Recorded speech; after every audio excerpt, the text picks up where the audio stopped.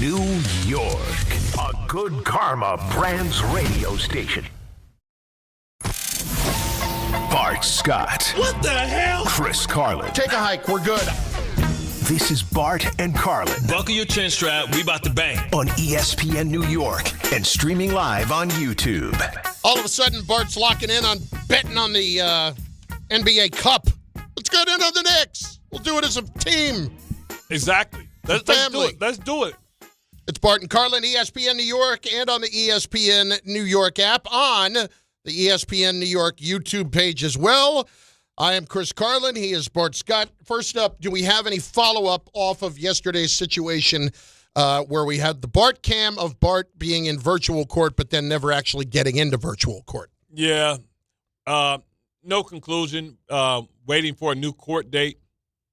Shows you just how petty the judicial system is. The fact that I touched my temple like Martin Luther King and thought she kicked me out. She didn't even ask me what the hell I was doing. She don't know who I was talking to. I could have been talking to anybody at my job. Disappointing. Meanwhile, if you would have looked, it was a 300-pound man with a bald head that was laying in the bed. I'm like, what the hell? I wasn't laying in the bed. I'm saying his boxers. I'm like, what? How's that not inappropriate? For me touching That my guy's temple? fine. Yeah, he's Me good. doing this, tapping my temple. I mean, that can't work. Anyway, well, you'll keep us apprised of the situation, and maybe even when you have the next court date, we'll send a camera crew with you. I want to. I want EMZ. EBZ. World Star. No, the emergency Bart broadcast. Well, we will certainly keep you updated on any doings there. I'm excited. I'm excited for the Knicks. Finally, something we can bet on. All right, we're not. I can't start there yet. I cannot get into the NBA Cup. Once again, don't grab the wheel. Don't grab the wheel. We're going to start here, and that is simply with the Mets and Alonso. As that news came down as we were ending the show yesterday, that Pete Alonso is gone. He is joining the Baltimore Orioles, 5 years, $155 million. And frankly, if you are surprised that this actually happened, you just haven't been paying attention for the last 2 years. Yeah. There's no reason to think that they were ever going to bring him back based on somebody else potentially giving him that kind of money. He came back last year because the owner decreed that he wanted him back. He went out. Credit to Pete. And he opted out. Pete Bet on himself. He had a bet on himself. He had a massive season, and he ends up with $155 million as a result. This was exactly the outcome that Pete was hoping for when it was clear that the Mets were not going to go to that point. Yeah. And I think everybody will miss him as a personality here for sure. Yeah, definitely. But, the reality is everybody wants probably going to be an uproar because it seems like they're losing, subtracting. But maybe, just maybe, this regime might have a plan to multiply. Now, it's a lot of pressure on them now to see what they do. But, man, does this not remind you of when the Yankees lost Soto? Everybody was like, I wouldn't have paid Soto that. Good riddance. Look what we got because we didn't sign, look at all we got. Look at Bellinger. Look at all the signings we made. We're better off. We got great players and You got to give the Mets the same grace. You got to give the Mets the same grace. Allow them to see what they're going to do after the Pete Alonso signing. Well, here's the problem, though, okay? Why they don't get the same grace is because the Met fan at the moment does not trust David Stearns. They do not trust him at all. They still are getting to know him, and what they see right now is somebody that does not want to spend money on players that he feels like are overvalued. Yeah. And a 30-year-old DH. But they look at him and they look at how Alonso performed last year and they're saying, yeah, he was wrong about Alonso. Yeah, but he was wrong about Alonso. Yeah. Now look, was he? It started off Alonso great. had a massive season, 30 and 130. Come on. I know he had 38 and 130. He had all highs, right? All career highs. You think he's gonna do it twice? So like who was the guy that we brought on a guy? I forgot who it was. And he was talking about Judge was just getting started because Judge had the best season that he had, and since then he's hit 60 or 50. We had him on, and he was like, I think he's just getting started. Does anybody think that Pete Alonso has figured it out and he's just getting started? Or do we think that was maybe an outlier and now the defense is going to get worse as he gets older and he's going to be relegated to just simply a DH? Now, if we would have said, hey, the Mets, we didn't sign Pete Alonso because we weren't willing to go to $31 million for 5 years. We'll give him a 3-year deal, not a 5-year deal. Why would you be comfortable with them giving Edwin Diaz a 3-year deal, but Pete had to get a 5-year deal? So for me, I think it's the years, and that was the issue last year, and now it's a year later, it's a contract that may not age well. So if that was your budget for Pete Alonso before, it's nothing that happened with Diaz or whoever else we did or didn't sign that would stop me from saying, hey, I'm not paying Pete Alonso 5 years, $31 million because he's going to be a DH in a year or two, and we don't know, yeah, he can hit the home runs, but in previous years, his on-base percentage wasn't great. He didn't knock in a lot of runs. He didn't have a lot of RBIs. I would say that. What I could say, though, right now is when you couple those two things back to back, it's going to feel pretty bad. Yeah, it hurts. It hurts right now in a big way. So a Met fan is just dejected today. It's okay. And I know it's today. It's December 11th. There is a long way to go. But so far they have just gotten basically kicked in the groin a couple of times in back-to-back days, and they're looking around wondering, wait a minute, are we going to be left without a chair when the music stops? Yeah, remember how we felt when Sauce and Quentin left? I don't think that was the same thing because at least you knew you're not getting anything for these guys now. You got salary cap space. No. I'm saying with Pete. That's what I'm saying. You got space. Okay. You got money to spend. Right, but where are you spending it? And is it going to make you better? That's all they care about. Are you going to be better than you were? Right now, they're ticked off because they're worse right now. If they sign Skubal right now, they got to trade for him and sign him. Right, but if they do that, or if they sign, what's his name? Kyle Tucker? No, the pitcher that they're talking to from Perez. No, not Perez. Framber Valdez. Yeah, but if they sign Valdez and bring in Tucker, you'll be like, hey, watch how giddy they get. Yeah, I understand. So you got to say it's a process. When your girlfriend break up, you can't make her jealous because you got a fine chick. You got to go find a fine chick. Well, here is a couple of people weighing in on what could be next, because that's the question that I'm going to have at 800-919-3776, 800-919-ESPN for the fan right now, and also on the ESPN YouTube chat over on the ESPN New York YouTube channel. What is going to make you happy? What is next? What is going to make you forget quickly about what has transpired here at the winter meetings? First up, here's Jeff Passan on SportsCenter on what's next. Where they go here, whether it is to a Cody Bellinger, whether they start talking about Alex Bregman, whether they look at starting pitching, whether they go out and get more relief pitching. The one thing that Mets fans who are angry about losing all of these players that they love so much can take solace in, Steve Cohen is still the richest owner in Major League Baseball, and he is not going to go into 2026 with a team that does not represent the Mets to try and go make the postseason. Okay, let's go with this first of all, though. Yep. Steve Cohen is the richest owner. We've covered that. Why off of the last couple of days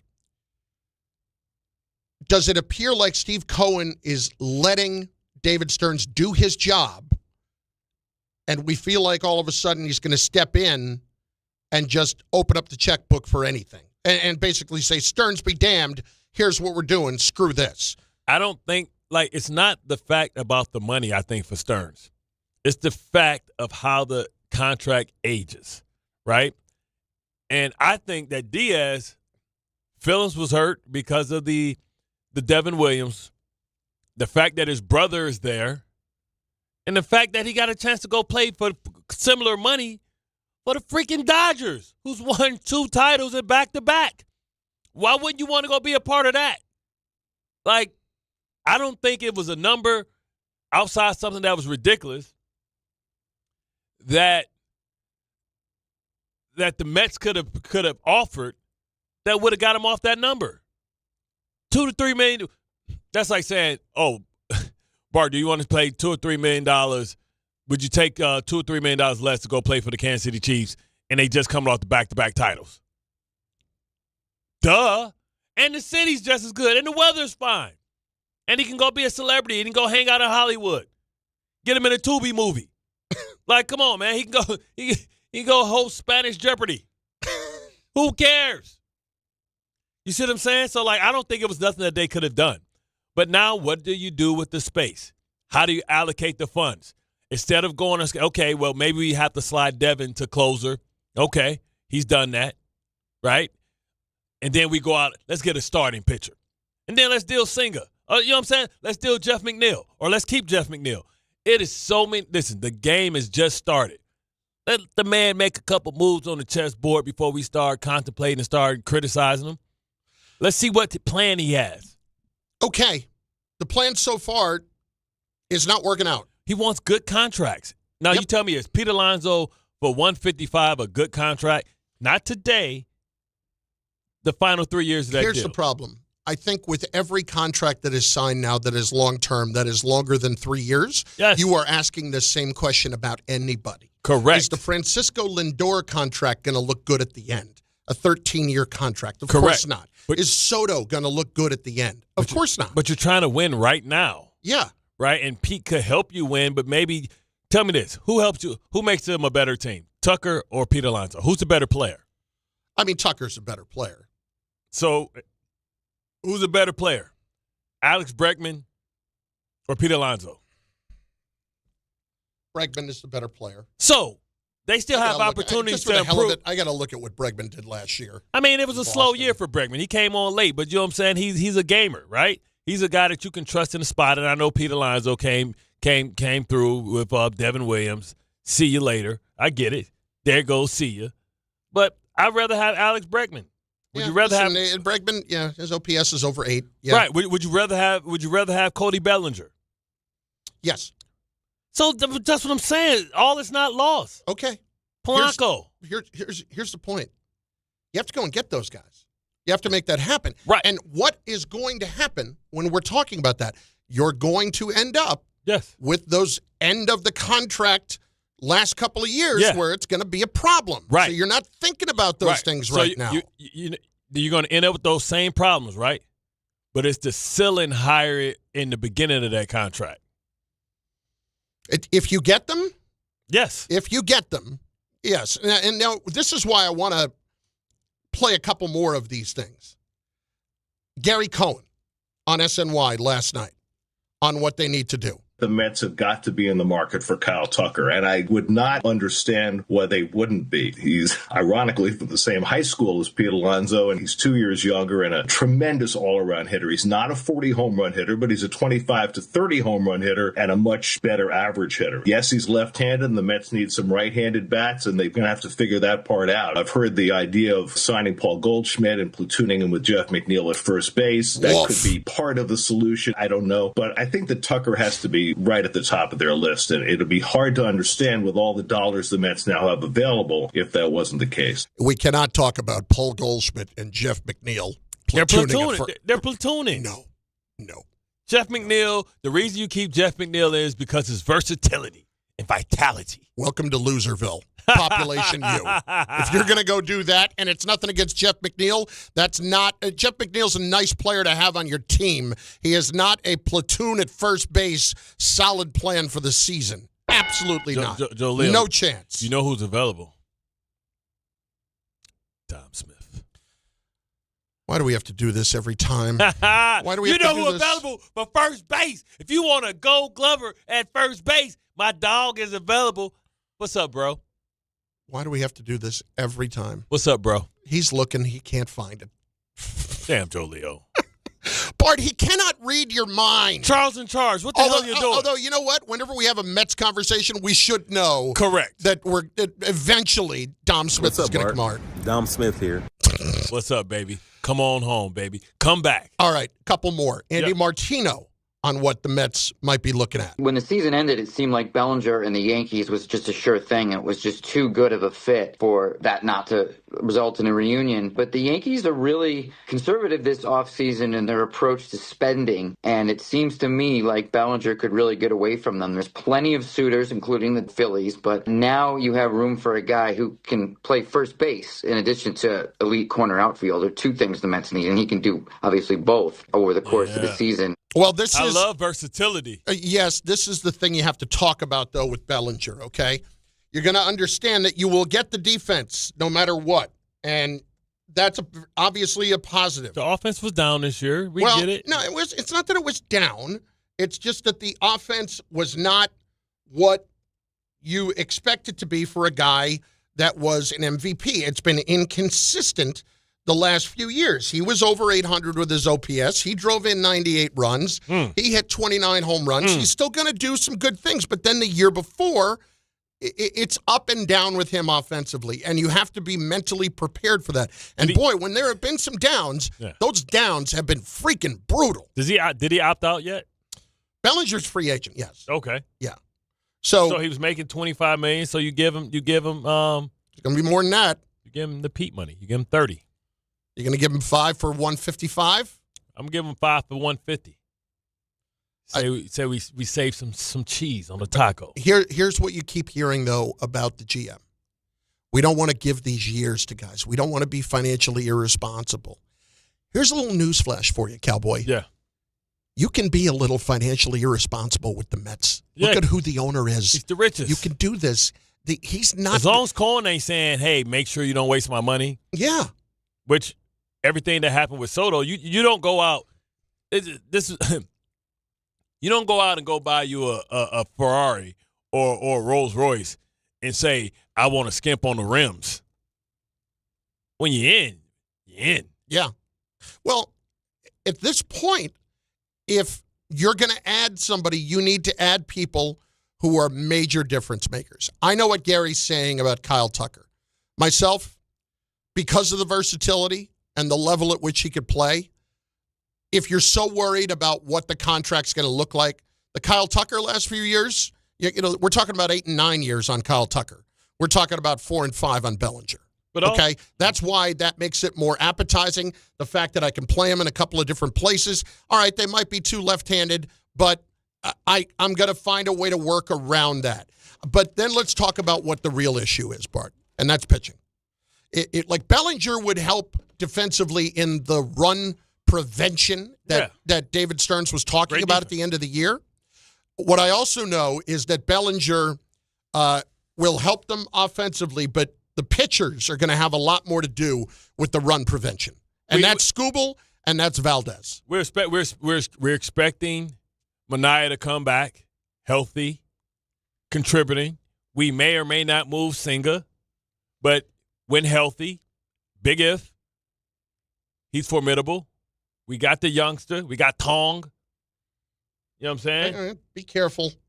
Be careful on the youngsters, okay? I'm just saying we have access to them, and you damn straight we're going to replace and go get either Skubal or Valdez or Alcantara. But you heard yesterday when we were talking to what were we talking to Gales? Was that yesterday? Yeah. Yesterday was such a blur, right? We're expecting it to be a robust trade market.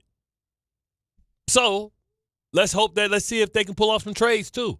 Because I think people want to take contracts that are already bought in because the impending, ensuing lockout probably. Yeah. Work stoppage. So I think people are rather be a lot more aggressive. I think people want to be a lot more aggressive in trading because trading is on yesterday's scale as far as money, opposed to new deal, new ceiling. So let's see if we can get Alcantara. Let's see if Stern got some moves up his sleeves. See if he got a little Muji in him. This is what I want to know from you at 800-919-3776. 800-919-ESPN. Load them up. We'll get going with you in just moments. But what exactly is going to make this right in your mind? Are Mets fans panicking? Are they panicking? Yes, they are. That's what the streets are saying? Yes, they are. Leo, that's what the streets talking about? They panicking? Absolutely, they're panicking, Joe. It's a 5-alarm fire. Let's check in with Joe, who's on the streets. Joe, are the streets saying that the Mets are panicking? Streets talking? Met fans are panicking? Streets are burning. Mets fans are panicking. Are they looting the Food King yet? Not yet, but they're close. They stealing all the toilet tissue? There's a mob gathering around the grocery store as we speak. I don't know if you ever. It's just a small thing, but it's so funny. Did you ever watch? You never saw the show 30 Rock at all, did you? It was Tracy Morgan's show. Yeah, I watched it sometimes. Sometimes, like, they would have these little cutaways. I was more of a Curb Your Enthusiasm, but. Yeah, no, I mean, I love both of them. Anyway, they would have these little cutaways in the show, and he's hanging with his two guys in his entourage. Yeah. And they're running out of the store carrying a TV. He said, and one of them says, "Why are we doing this? Because the Jets lost." Like that. This is what it feels like. The Met fans are panicking right now. And I get it. That's because you got every right to panic because I don't know what the hell's going on. And I don't trust smart people. That's what it boils down to. I don't like smart people. I don't like people who are going to act like they're smarter than me all the time. Because a lot of times they turn out to be not as smart as they think they are. You know what I'm talking about? We all know those people. We all know those people who act like they are geniuses. You know, I'll tell you what. I was around some academics recently. You think there are egos in sports. You go hang out with those people. You go find out what they think and how they feel like if you don't know who they are, they're insulted and that you should be hanging on every damn word. People that think they're smarter than you, sometimes they are. But it don't matter. They don't know that. Yeah, they do. Sometimes, but the ones who are the most dangerous are the ones who think they are, yeah, they're actually not. Arrogant and egotistical and stupid. Man. That is a dangerous combination in this life. To quote the great Steve Martin, I think it was The Miracle or something like that. They asked me when it's going to rain. I say when it's going to stop. Believe that it's going to start to rain, and when it rains, it's going to flood. When it floods, it's going to flood with talent because Scrooge McDuck is going to open up that bank. He ain't never closed his checkbook. Come on, man. You got to believe in Scrooge McDuck. What was that name of that? Was that Leap of Faith? No. Oh, yeah, Leap of Faith. Not DuckTales. I know it was DuckTales. I think it was Leap of Faith where it's a Duckburg. Where Steve Martin's a Leap of Faith. Evangelical. Yeah. And he's just going around town to town in a tent ripping people off. Exactly. Yeah. So let's hopefully find out that that's not the case. So I want to know from the Met fan, what's going to make you feel better right now? What's going to do it? 800-919-3776, 800-919-ESPN. Is your head cold today? You got your hat on? No, it was cold as hell outside. I know it's cold as hell. So actually, I'm wearing this hat the wrong way because this is supposed to be like one of those luxury beanies that you're supposed to wear a certain way. Yeah. But when I put it on, the beanie's supposed to expose your ears. My ears was getting too damn cold. I said, I gotta break the beanie. That's why you see this line right here. That's because it's supposed to be creased right here. You know what I'm saying? But when we come back, I'll have it the proper way. I told you I'm going to Chicago this weekend. Oh, wait. I hope you got that North Pole. That Columbia. Sunday. Bears and the Browns, Soldier Field. High of 15. Low, -2. Bro, that wind chill. And that ain't wind chill right there, bro. boy. You think it's windy out here, bro. They don't call it the Windy City for no reason. You better put them long johns on. Yo, mess around and freeze your chiclets. You know what? I need to go out and get a new pair. Long johns are like something that I might use once a year. Yeah. I like long johns much better than like when people want to put on the tights from like Under Armour and stuff like that. Because that stuff starts to itch if you start wearing it past 6 hours. Plus, I got a pair of one of those once, which, by the way, when you see me in because I had black tights and a black tight shirt. And when you see me in that, I look like I'm in a dance troupe. No. If it's all black, I look like a ninja. If it's all black, you look like what's his name, Grug from Despicable Me. But here's the other problem with those tights. those tights don't have they don't have a little way to not have to pull them down to take care of your business. Yeah, but you gonna get the you gotta cut a hole. You gonna get the ones to flap. But the crazy part is you don't have a flap. Because I wear those to work out in. I can imagine with your calves and your short arms, like you trying to reach out and take them off, but they always get caught on your foot. You know what I'm saying? Yeah. I can see you almost tripping and flapping falling around with my legs. Yeah, I can see you falling inside of the gym, like you're trying to take the bottom off because it's real skinny. As fat as your calves are and as little as your ankles are, man, that could be a health hazard. Bart and Carlin, 800-919-3776, 800-919 ESPN. You are coming up. So is Jason McCourty, but we're going to get to your calls here very shortly. Line them up. We'll get into the NFL as well. Jam-packed Thursday on Bart and Carlin, ESPN New York. Right now, police are stepping up patrols to make sure drivers and pedestrians obey our crosswalk laws. Why? Because every year in New York, people are injured or killed just crossing the street. So remember, pedestrians, obey traffic signals and use crosswalks. And drivers, yield to pedestrians in crosswalks. If you don't, we will educate you on the law. And you may get a ticket, because tickets get attention, and that saves lives. A message from the Governor's Traffic Safety Committee. A couple of traffic issues in the Bronx. The southbound Major Deegan Expressway ramp to the Cross Bronx, still an accident being cleared there. It's been out there for a while. FDR Drive southbound slowing down into the 80s. That may be an accident. The Bruckner southbound broken down truck right lane going westbound 278 by White Plains Road. On the island, northbound Route 110 at East Farmingdale. An accident by Route 24. 3 lanes are out. And the Southern State Parkway westbound heavy at the Meadowbrook Parkway with a crash. 50th Street in Midtown, we've got that closed. On the east side by 2nd and 1st Avenue, fire department activity. Gridlock alert day today. Mass transit looking good.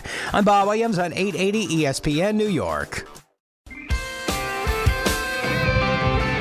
1877 Cars for Kids.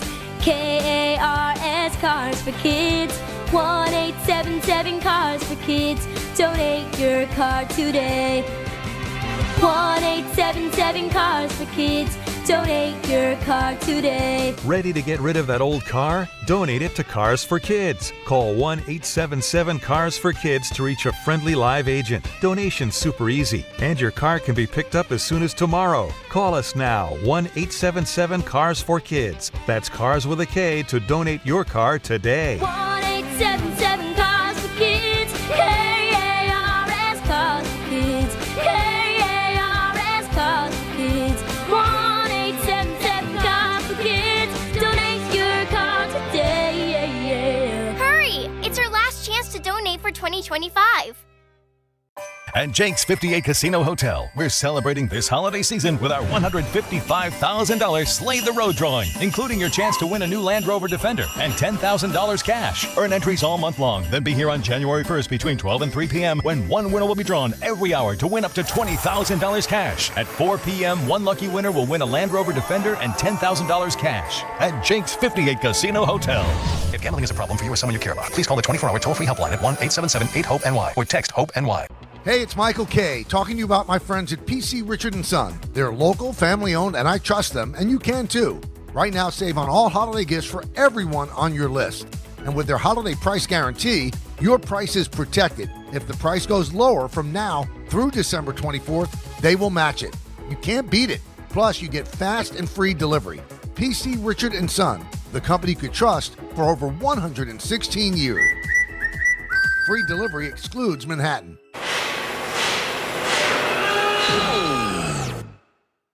When equipment breaks down and operations come to a halt, every single second counts. So why is your maintenance team spending 60% of their time doing anything but turning wrenches? MaintainX is the AI-powered maintenance and asset management system that helps your team get back to actually fixing breakdowns. No more searching for manuals. No more hunting down parts. No more drowning in paperwork. With MaintainX, your team can access manuals from anywhere, create new procedures in minutes, and turn voice notes into clear and complete work order feedback. What used to take hours now only takes minutes. Keep your operations moving, not your paperwork. Join over 11,000 maintenance teams that are already fixing more and filing less. Try MaintainX for free today. Go to maintainx.com/AI. That's maintain and the letter X.com/AI. If you've been injured in an accident that wasn't your fault, then you need a lawyer who knows New York's unique personal injury and workers' compensation laws. At the Parisman Firm, they have decades of experience handling all types of accident cases and a proven track record of delivering huge results. Their team has already recovered nearly $1 billion for injured New Yorkers. From construction to car accidents and slips and falls, they've got you covered. Call the Parisman Firm now at 718-WORKERS, where your case is their cause. Get the justice you deserve today. Some people just know you can save money on car insurance by checking Allstate first. Like you know to check Kirk Herbstreit's pregame analysis first, before talking to your brother-in-law. In this game, the key thing to watch will be the offensive line versus their front seven. If they can get pressure without blitzing, this could be a long night. Okay, Kirk. I know stuff. Ooh, checking first is smart. So check Allstate first and see what you could save. You're in good hands with Allstate. Potential savings vary, including based on how you buy, subject to terms, conditions, and availability. Allstate North American Insurance Company and affiliates, Northbrook, Illinois. At AT&T, we guarantee our network so you can talk college football with your BFF while taking Buster to the vet. Hey, yeah, I can't believe he ate the whole thing of chicken wings. And I can't believe we're staging a comeback. Touchdown! Yes! Staying connected matters. That's why in the rare event of a network outage, you'll automatically get a bill credit for a full day's service. For wireless downtime lasting 60 minutes or more caused by a single incident impacting 10 or more towers, must be connected to impacted tower at onset of outage. Restrictions and exclusions apply. See att.com/guarantee for full details. Life is like a hurricane here in Duckburg. Race cars, lasers, airplanes. It's a duck blur. Nights on a mystery. My rewrite history. DuckTales, woo. Every day that I've been making DuckTales, woo. The danger looks behind you. There's a stranger out to find you. What you do? Danger looks behind you. There's a stranger out to find you. What you do? Just grab onto some DuckTales. Woo. Dun, dun, dun, dun. You would have been Launchpad. Woo. Hooey, Dewey, Louie. Jason McCourty is with us. Oh, ESPN, damn. He heard that? Damn. ESPN NFL analyst. And, of course, on CBS, he has got the Colts and Seahawks this week. Have you ever considered doing a broadcast or what it would be like to do a broadcast or a show with, you know, your 10-year-old son? We have fun. Oh, wow. I haven't. Listening to that, I was just excited. When you're covering the Jets and Giants this time of the year and you have that type of excitement, and like Bart, I was proud of you. I wasn't expecting that today. I have experience. I've been down here in misery for 13 years. Yeah, no, Bart's spirit is you learn how to broken. cope. I've been broken. I'm a broken Bronco. Let's start with the fact that you have got the most fascinating story in the league this week. Oh, yes. Phillip Rivers, at 44 years old, potentially starting on Sunday when the Colts play the Seahawks. When you heard that this week, what was your first reaction? My knees started hurting. I was like, damn, I couldn't imagine going out there playing football right now. You know, like there's two levels of it. Like I have this game, so I've been watching Seattle's defense. So there's a level of concern for Phillip Rivers when I watch Seattle and I think about Nick Emmanwori coming off the edge and hitting Phillip Rivers and him not seeing him coming. Then on the other side of it, I think it's the coolest thing in the world. Phillip Rivers is a father of 10, has a grandchild. He's also a head coach of a high school football team. So he's a father figure, authoritative figure over probably 50, 60 young men as well. And to think that he has a chance to go out there and play in an NFL game and his kids will be watching, all the boys. Think about that. Like, he goes out there and whether he throws a touchdown pass or an interception, when he gets back home, them high school kids are going to be like, damn, coach, all season you were telling me pay attention to the safety rotation, and then you get a chance to get out there and you do the same thing you coached me. Not like throwing all ducks. Of that to me is exactly the coolest thing in the world. I could not imagine at 44 going to play football. Like, I feel like it's going to be moving so damn fast to be able to go out there and execute. Who's the oldest person you ever played with? Like somebody that have you ever had experience with somebody leaving and not playing for a long time and coming back? Nah, not leaving and coming back. I do. Deion Sanders was retired for like 3 to 4 years. So Ray Lewis and Corey Fuller played with him in college. So MC fool you, like they hyped Deion to come back. Okay? Deion came back in the middle of training camp, and he started running 110s at home, right? We playing the Pittsburgh Steelers. And he man-to-man against Plexico Birds. Now this ain't Giants Plexico Birds. This is Primo Plexico Birds. This is Primo cocked like a pistol Plexico Birds. Plexico Birds ran a bang 8. Deion tried to hit that extra gear. I've never in my life seen a man pull both his hamstrings at the same damn time.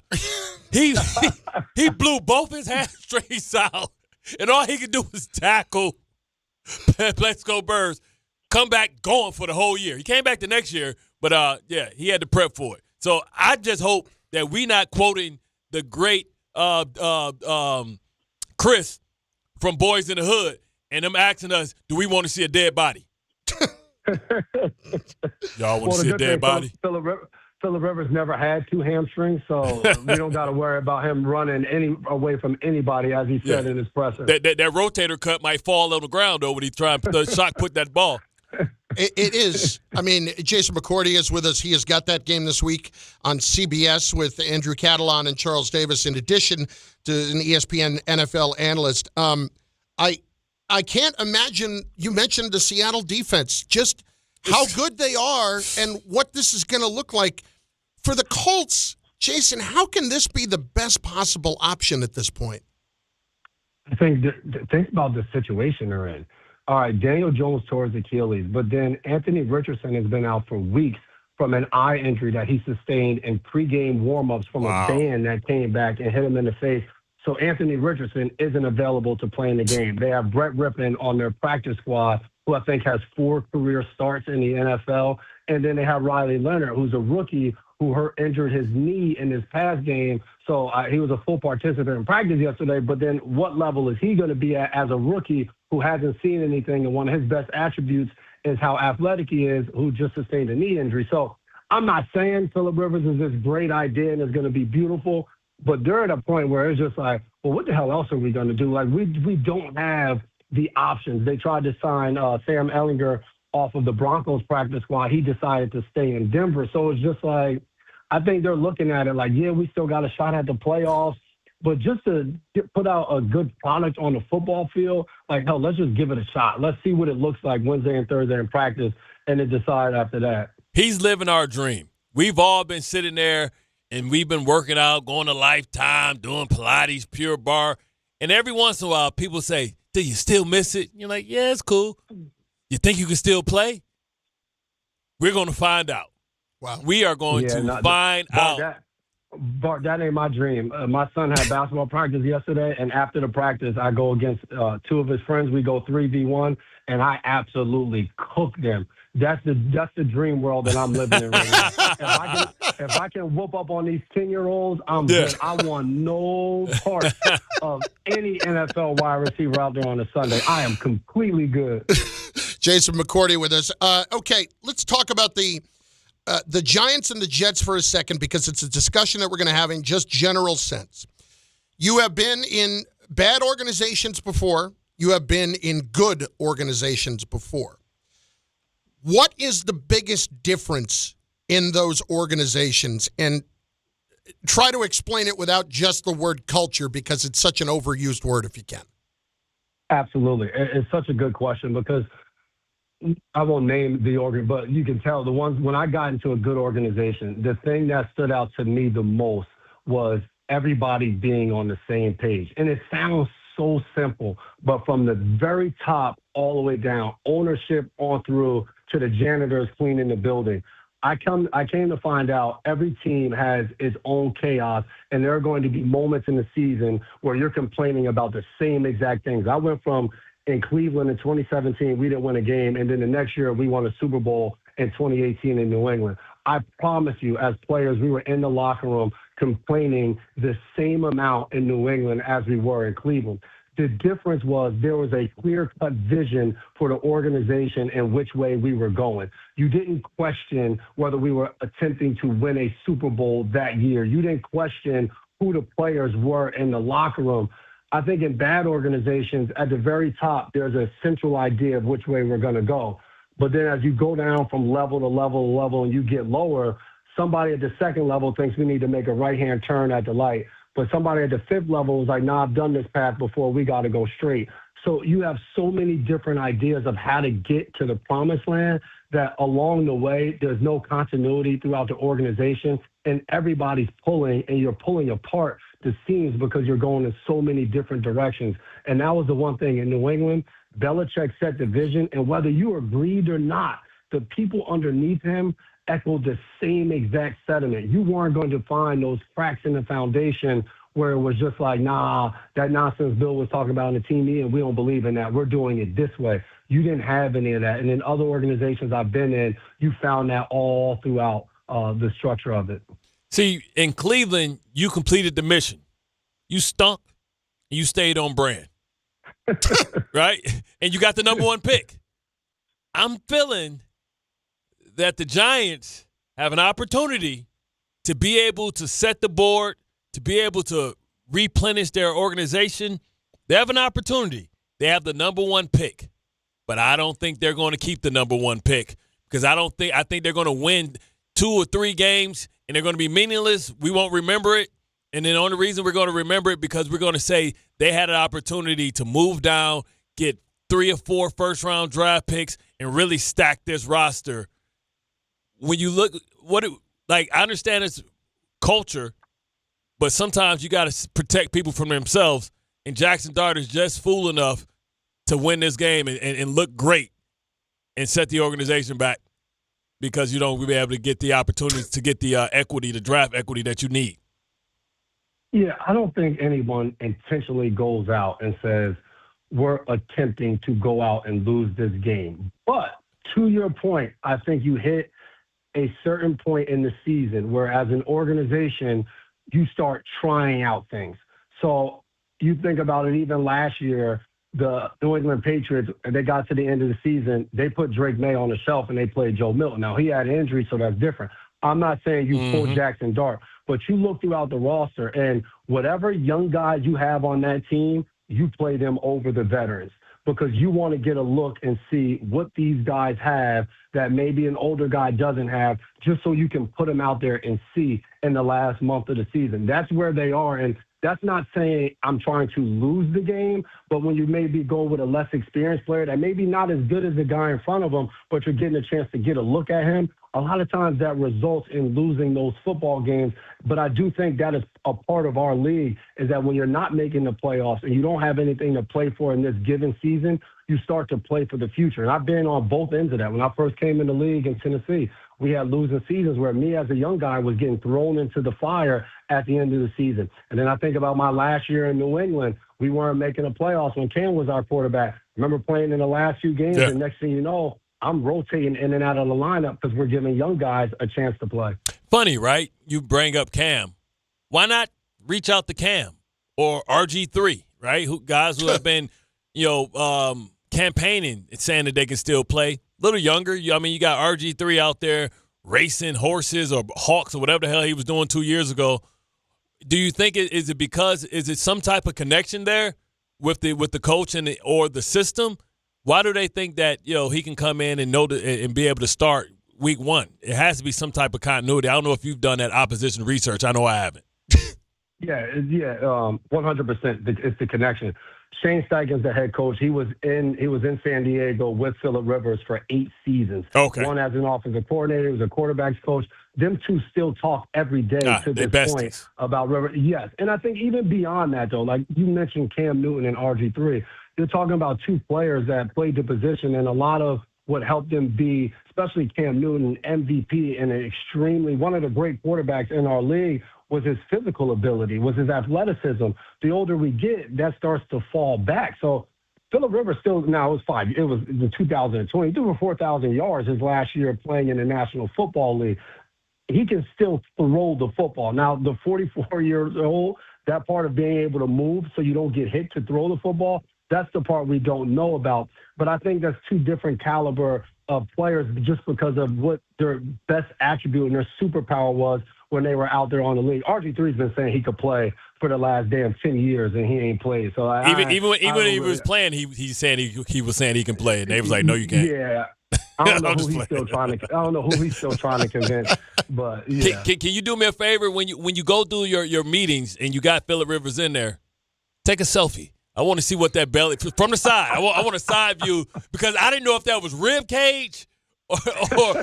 It looked like he had his rib cage, but his cardio wasn't up, so he didn't have it tight. Because that thing was protruding out, man. Like, he clearly didn't jump on the Ozempic train or the HGH train. You know, sometimes when the players retire, they're like, I'm taking everything. You know what I'm saying? I look at my boy Brandon Amadeo and Steve Weatherford. I'm like, yeah, what you taking? Everything. Yeah, hey. Bart, I ain't disrespecting nobody's grandfather, so I can't do that for you, man. But I will say the greatest answer we heard in his press conference yesterday was when somebody asked him how much he weighed, and he said, I don't know. That's how I would answer. Thanks, J-Mac. You know how hard it is to stay in shape when you got Juicy Juice and Dots and Fruit Loops and stuff all around. You got all them damn kids. J-Mac, we'll talk next week. Travel safe. Yes, sir. Good to talk to you guys. You too. Jason McCourty with us, ESPN NFL analyst, and CBS has got the Colts and the Seahawks on Sunday. When you got 10 kids, you got to buy a case of fruit snacks. You don't just buy one box. You got to buy the case. That ain't like Costco. That's Super Costco. Right. You got to get a case of the muffins. You got to get a case of ice cream. I guarantee you, he got a separate deep freezer just for ice cream. Costco comes to you. Exactly. Bart and Carlin, ESPN New York. The Hess truck's back and it's better than ever. Roaring engines this year. Hess race cars are here. The Hess stock car races are loaded with lights, sounds, and a powerful racing motor. Only at HessToyTruck.com. Free shipping and batteries included. There are small risks in life, like giving a kid a football to play with in the house. Whoa, watch out for the... Okay. And then there are big gambles, like giving a kid a lottery ticket. Never gift a lottery ticket to a person under 18. Learn more about how to gift responsibly during the holidays at playresponsiblyny.com. Please gift responsibly. Must be 18 plus. Gambling problem? Call 1-877-8-HOPE-NY or text HOPE-NY. Discover a driving experience crafted to inspire. At Garden City Mazda, exceptional design and sophisticated performance come together. During the Mazda More to Move You sales event, lease the 2025 Mazda CX-5 for $229 a month for 33 months. Or the 2025 Mazda CX-50 for $239 a month for 33 months. Both with $49.95 to its signing. It's the Mazda More to Move You sales event at Garden City Mazda. At Garden City Mazda, expect the exceptional. John Ryan. Yeah, Dad. I think I came up with a killer slogan for our law firm. D'Agostino and Associates, bite back. Bite back? Yeah. When someone hurts you, you bite back. We'll be the law firm that bites back. Dad, that's brilliant. Accident victims, call D'Agostino and Associates and bite back. Hey, we could even put a big vicious dog on billboards everywhere. Yeah, and Rottweilers on buses. Hey, how about a toll-free number? What are you thinking? You know, like 1-800-BITE-BACK. 1-800-BITE-BACK. That's brilliant. But what if people hear fight back? Easy. I'll spell it out for them, like 1-800-BITE, back. 1-800-BITE-BACK. That's 1-800-248-3222. Love it. Hey, Dad. Yeah? All this talk about biting back got me hungry. Me too. Want to grab lunch? Sure. Hey, how about a jingle? You mean like, D'Agostino, law, bite back. Progressive knows there's so many great things about being a sports fan. Like scoring the company box seats. How great is that? Trick plays that actually work. Prevent defense when your team is winning by a lot. And even more preventative prevent defense as they're hanging on by a thread. And of course, saving money when you bundle your home and auto with Progressive. That's pretty great. Just like trick plays that actually work. Yeah, but how often does that happen? Complaining about sports? Not so great. Progressive Casualty Insurance Company affiliates and other insurers. Not available in all states or situations. Clinton Yates here, and the holidays are upon us, full of gatherings, toasts, and plenty of cheer. And if you're like me, you want every moment to shine. That's why I head to Total Wine & More, where you'll find it all at the lowest prices, from rich whiskeys and smooth tequilas to festive liqueurs and elegant champagnes. And if you're not sure what to grab, their guides will help you find bottles that impress. You'll always find what you love and love what you find, only at Total Wine & More. Spirits not sold in Virginia and North Carolina. Drink responsibly. Be 21. Hey, nice job, Pete. I like those clean lines. Fellas, do we have anyone that can get to Greenport today? At Corey's Landscaping, the staffing plan is in the weeds. Anthony, we need that leaf blower over here. 3 more new customer requests just came in. Who wants to work some overtime? He needs to dig up quality landscapers and fast. I need Indeed. Indeed you do. When you sponsor a job on Indeed, it's easier for talented candidates to find it, which makes it easier for you to hire them. Visit Indeed.com/credit and get $75 towards your first sponsored job. Terms and conditions apply. Talk about stepping up. Bang! Bang! It's time to level up your game. Introducing the all-new ESPN app. All of ESPN, all in one place. Your home for the most live sports and the best championship moments. The electricity is palpable. Step up your game with no annual contract required. It's the ultimate fan experience. Level up for more on the ESPN app or at stream.espn.com. Sign up now. ESPN New York is throwing a holiday party you don't want to miss. Join us this Friday at your mother's house in Garden City. We'll be broadcasting the Michael K. Show live from 1 to 3, followed by Don, Hahn, and Rosenberg from 3 to 7, all while supporting a great cause. Bring a toy to benefit the Garden of Dreams Foundation and help make the season brighter for local kids in need.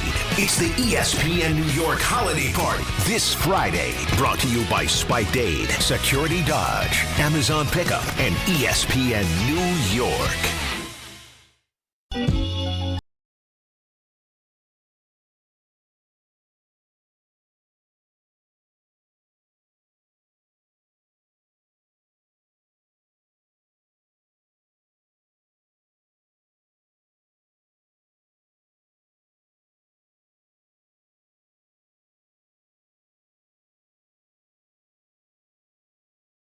Than you are, you will do it every single time. Because music pulls it out of you, man. It really does. I know. Wait, like, what is if you're feeling crummy, if you're just feeling like mentally exhausted and you just don't want to deal, or you're depressed or whatever, is there a song or two that's going to pull you out of it?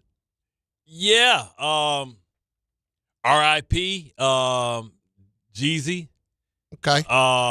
I don't know if I can say this out loud, but I wouldn't then. Victory by Puffy. Jeez. It's just what he said at the beginning. He ain't even really the main rapper. Anything by 50 Cent? Since he's been all over Puffy lately. 21 Questions. I'll tell you what, he is not. I have not watched it yet. He's the biggest troll in the history of I have not life. watched it yet. Who is a bigger troll? And again, 50's diabolical. But I'm putting everything else aside, okay? I don't want to hear about what it is. But who is the bigger troll? Is it 50 or is it Kendrick Lamar? 50's a greater troll than Trump. 50 is the greatest. One guy did it at the Super Bowl, man. Yeah, but at the Super Bowl halftime show, you can't do it in front of a bigger audience. Right, but that's being pissed. That's like spite. That's like smacking somebody off impulse. This dude made a documentary. He did research. He interviewed people. He had production and edited. You know what I'm saying? That's not. It didn't send you flowers. Michael told me. And then went to ABC. Michael told me he watched some of it the other day, the first episode. Fascinating. He said it is a bad situation. I mean, we remember the surviving Robert. I mean, we knew it was a bad situation, but I mean, and I don't mean to laugh at it. I mean, it's more like we listened to the trial case. Yeah, I know. So, could you imagine people explaining that was just one incident with one person? This is everybody he's ever screwed over. They are lining up. Oh, they can't wait. Anyway, Bart and Carlin, ESPN New York. Having said that, my neck's a little bit tight, so I could use some loosening up from my friends at Thamel. Yeah, it's football season, and you should be out here enjoying every play, every tailgate, every moment. But if you're dealing with neck pain, back pain, joint pain, or sciatica, even getting off the couch could feel like a challenge. That's where Dr. Jay Shaw at Sandwell Pain comes in. He's one of Jersey's top pain specialists, Ivy League trained, double board certified, and dedicated to getting you back in the game. Here's the difference. No surgery, no scars, no long recovery, no pain medication, just precise, non-surgical, image-guided procedures that gets real results. Dr. Shaw treats everything from neck pain, back pain, migraines, nerve pain, and chronic joint pain, and he builds a custom game plan that is right for you. Same-day or next-day appointments are available with offices in Woodbridge, Livingston, and Inglewood. And yes, most major insurances are accepted, so don't let pain keep you down on the sidelines this season. Go to SamwellPain.com, call, text, or book online. Relief is closer than you think, and it starts today. It's Bart and Carlin on ESPN New York and on the ESPN New York YouTube page where the comments are coming in all over the place. People are pointing to George Blanda. Dude came back and he was a kicker, okay? He was 48 and he was a kicker. That's not coming back to play. Exactly. That's not coming back to play. No. I don't buy that for a second. That's never really playing anyway. I can't honestly think, like Gordie Howe, I can't honestly think of anybody else who's even in this ballpark. What's Lemieux? Yager? No, Yager. But Yager never stopped playing. That's the thing. Yeah, but he's still playing. This is the most amazing thing. I know, but he never stopped. Like, Phillip Rivers has been out for 5 years. Bart, he is literally a semifinalist for the Hall of Fame. So he's And he's going to lose it the second he steps on that field on Sunday for another 5 years. So he's all healed up. I wonder how much he's getting paid. It really is. How much is he getting paid? Don't like if it's prorated $30 million a year, what really? And I would love to have a friend like that. Yeah, I can't imagine. Hey, man, come back for these 5 games. It's going to be at least $10 million. You think so? $2 million per game. You think so? Yes. Dude ain't coming out of retirement about to get a concussion protocol and lose his Hall of Fame thing for no reason. This is really going to be a scary situation. When you consider George Foreman was still boxing. George Foreman is the greatest guy to ever leave he left for 10 years. I would argue the George Foreman thing it's the greatest feat is ever. among the greatest feats I've ever seen. It is. And by far. I'll also say this. He was getting hit in the face. I'll also say this. There is something to be said in sports as one of the best things you can witness as being someone that you think doesn't have it anymore, showing it one last time. Jordan? Or showing it again. Jordan with the Wizards? No. Jordan left. Yeah, he left, but it wasn't. First of all, it wasn't as physical. Secondly, Jordan he was old. Always in amazing shape, and he played 82 games with the Wizards. But it's great. Phillip Rivers was never in shape. Just round. Bart and Carlin, ESPN New York. Finding great candidates to hire can be like, well, trying to find a needle in a haystack. Sure, you can post your job to some job board, but then all you can do is hope the right person comes along, which is why you should try ZipRecruiter for free at ZipRecruiter.com/ESPN. ZipRecruiter doesn't depend on candidates finding you. It finds them for you. Its powerful technology identifies people with the right experience and actively invites them to apply to your job. You get qualified candidates fast. So while other companies might deliver a lot of hay, ZipRecruiter finds you what you're looking for. The needle in the haystack. See why 4 out of 5 employers who post a job on ZipRecruiter get a quality candidate within the first day. ZipRecruiter, the smartest way to hire. And right now, you can try ZipRecruiter for free. That's right, free at ZipRecruiter.com/ESPN. That's ZipRecruiter.com/ESPN. ZipRecruiter.com/ESPN. ZipRecruiter. When you're streaming Stranger Things on Netflix, hurry! Okay, wait! Don't take slow for an answer. Switch to Optimum Fiber for the fastest, most reliable, and most consistent internet speeds, starting at $25 a month. And this holiday season, get Netflix and so much more on us. Call 888-4OPTIMUM or visit Optimum.com today. Whoa, did you see that? Optimum, don't take slow for an answer. Netflix subscription required. Terms apply. See Optimum.com for details.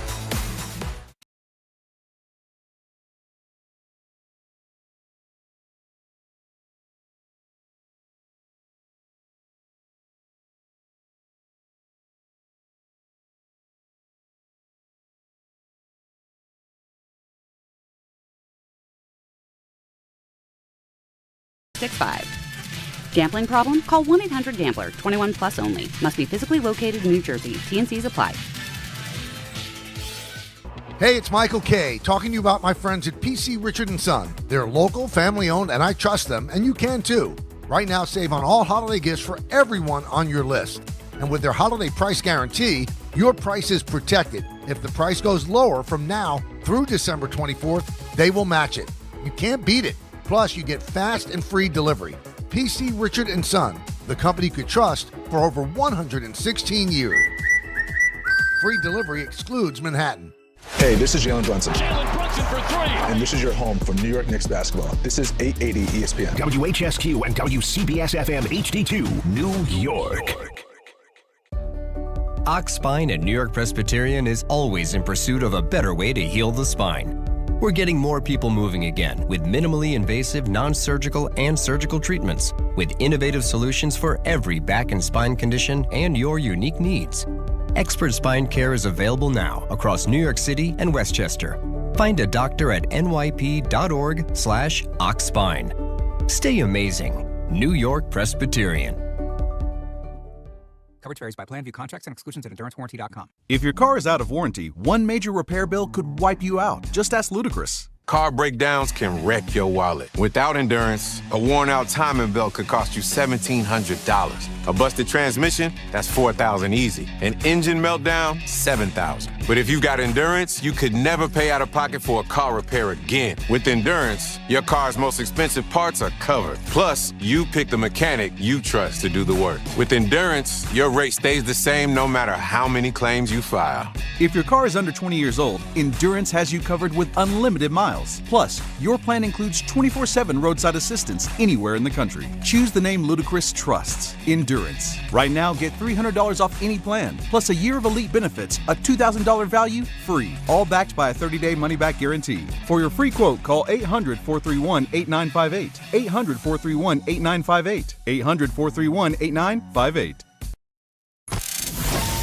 Bart Scott. What the hell? Chris Carlin. Take a hike. We're good. This is Bart and Carlin. Buckle your chin strap. We about to bang. On ESPN New York and streaming live on YouTube. All right, you've been patient. Let's roll. 800-919-3776. A lot on the baseball with the Mets. The fact that Alonso and Edwin Diaz are gone. Bart Carlin. Bart Scott, Chris Carlin. Bart Carlin. Or Bart and Carlin. Oh. Whatever. Tomato. Yeah. 800-919-3776. Also, over on the YouTube chat, get involved there on the YouTube page. We will get some of those as well. Carlin, Seth wants to know, Carlin, did play quarterback a snap or two? Oh, in reference to George Blanda, yeah, okay, a snap or two is not having the Seahawks defense coming at you at 100 miles an hour. Correct the moon. See, that's the one Way thing. Way to go, Captain Literal Man. He brought it up a second ago, Jason McCourty did, when he was on with us. The mere speed of what that's going to look like coming at him, that's going to be like a freight train coming at him. With no training camp, nothing, just like. Not even getting hit. Like, Bart, they're there's no chance. There's no chance that in practice between when he signed and Sunday that he gets hit, right? No, and the thing is, like, you don't even go full speed in practice now. It's kind of at a modified speed. Seattle's in playoff speed. So it's not even like he's saying preseason speed, regular season speed, rivalry week speed. He's saying playoff, I'm trying to win a Super Bowl. I'm in the greatest shape of my life. Ain't nobody ramping up to get in football shape. This ain't the first 4 weeks of football. These dudes cock like pistols right now. All right, let's go. Justin in the car phone, in the car, is up next on ESPN New York. What's going on, Justin? How are you, bud? Hey, guys. How you doing? Nice to talk to you guys. Good to talk to you. Hey, yeah, about that whole Mets situation, listen, I've been a lifelong Mets fan. I mean, we've all endured pain. This whole thing about Diaz, I don't think Diaz wanted to be a Met anymore. I don't think the money makes a difference. I think Diaz saw the opportunity as, I could join the Dodgers and win a chip. And so, you know what? In my opinion, it's a matter of just let him walk. We got Devin Williams. I know Devin Williams wasn't the best last season, but if we could tie up Freddie Peralta, Trevor McGill on a trade from the Brewers, I feel pretty confident about the back end of the pen. And as far as Pete goes, listen, Pete had an amazing season last season. But before that, watching Pete play, he steps up to the plate and you just expect him to either hit a homer, fly out, or ground out. And you know what? I could see your point about the contract agent. I agree. You know what? I much rather take Bellinger. I'm okay with Pete walking. I know that right now for Mets fans it looks like it's all done. But if David Stearns could come back, get a Tucker or a Bellinger, and maybe get Freddie Peralta, Trevor McGill from the Brewers, I think we still have a pretty good shot at being a serious contender in the playoffs. See, that's one guy that I think hasn't come up yet that I think there's a strong chance the Mets are going to get involved in, and that's Freddie Peralta from the Brewers. because he's a Stearns guy. And do you feel like Freddie Peralta is going to be good enough to really justify this? I mean, I would think so. This dude's been very consistent through the course of his career of, a mid-threes guy, had a terrific season this past year, probably his best season with the fact that he went 17-6. If that's who they're looking at, and he's been pretty reliable in terms of his health, okay, I get that too, but that's also a one-year situation. We're going to have to talk about signing him next year after we give up players to get him this year. Well, when are we anticipating the work stoppage? Next year? After this season. So after this coming season. So I don't worry about that until I know what the landscape is. But I said, I want controllable contracts because I don't want to get locked into something crazy unless it's just something that I don't care, work stoppage or not, that I'm willing to deal with because the player's that good. Let's hit Billy in the truck. Up next, ESPN New York. Billy, what's up, brother? How are you? What's going on, guys? I'm doing all right. What do you got for us? Quick, again, to my point, though, it's funny when you look at the NFL. You could be in a coma for the last 10 years, and it'd be like nothing changed. Phillip Rivers throwing the ball, Aaron Rodgers leading his division, Seahawks with a great Nick defense, Folk, baby. Patriots 11-2. It's like That's a good call. The only thing missing is Brady, and he might come back next week. Like, we coming back? He's still in the game. Oh, yeah, Jets don't have a quarterback? Yeah, that hasn't changed either. Right, good point, Ray. Yeah. Jets and Giants are still terrible. Yup, nothing's changed. But anyway, when it comes to the Mets, as a Yankee fan, I'm a little concerned about what they're doing because, they're going to be good, be going after Bellinger, whether we go after Tatis or Tucker, whoever. That's all. I don't know how everyone can be overreacting before anything's even done. Like you heard the guy yesterday on DHR, miserable Mets fan, this and that. You haven't even seen what they're doing yet. You don't even know what's going on. I'm a little more. But you can understand though, Billy, you can understand. No, I get it. When they lose guys in back-to-back days, and sure, 100%. One of them was certainly anticipated for sure, that people are going to get frustrated by it nonetheless. 100%. I completely get the emotional aspect to it, and it'd be like you losing Cole and Stanton. It definitely hit, but I don't think any Yankee fan would be crying about Stanton, bud. Well, that's true, yeah. But I guess, yeah. Maybe you're right. Yeah, I should give it a day to let things marinate. But you know how people overreact. People want it right now. They don't even understand the big picture. Let's see what the big picture is.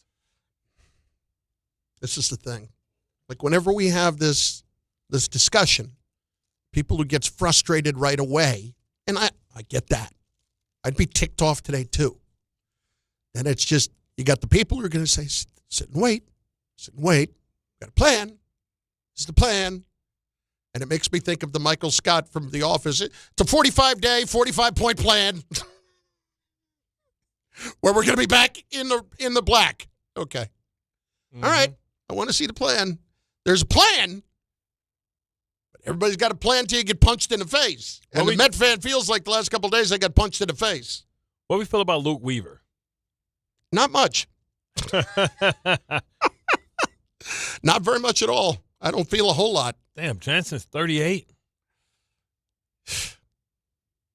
It's a rough list, bud. These dudes old. David and Elizabeth, what's up, D? What up, fellas? DuckTales. Woo! Yo, man, that made my day. Not for nothing. Chef, you definitely launch pad. And Bart, me and you, pause. We could definitely be Baloo. You heard me? Yeah, no doubt. I don't even. Oh yeah. Here's the thing. Never seen DuckTales.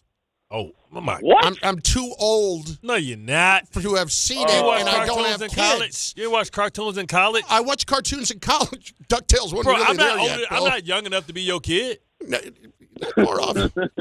Wait, no, I'm like 8 years older than you. Right, this was your run, big bro. Not really. Yes, maybe it was, and I just didn't watch it. Yeah. But I watched cartoons. Absolutely, I watched Ren and Stimpy. I watched that. Darkwing Duck. No. Oh, super classic. Super classic. Never watched Darkwing Duck. Come on, man. I've never seen you look at me with a more disappointed face than I just got. Gummy bears? I would too. No. Gummy bears bouncing here and there everywhere. I like gummy bears. Uh-huh. Oh, yeah. man.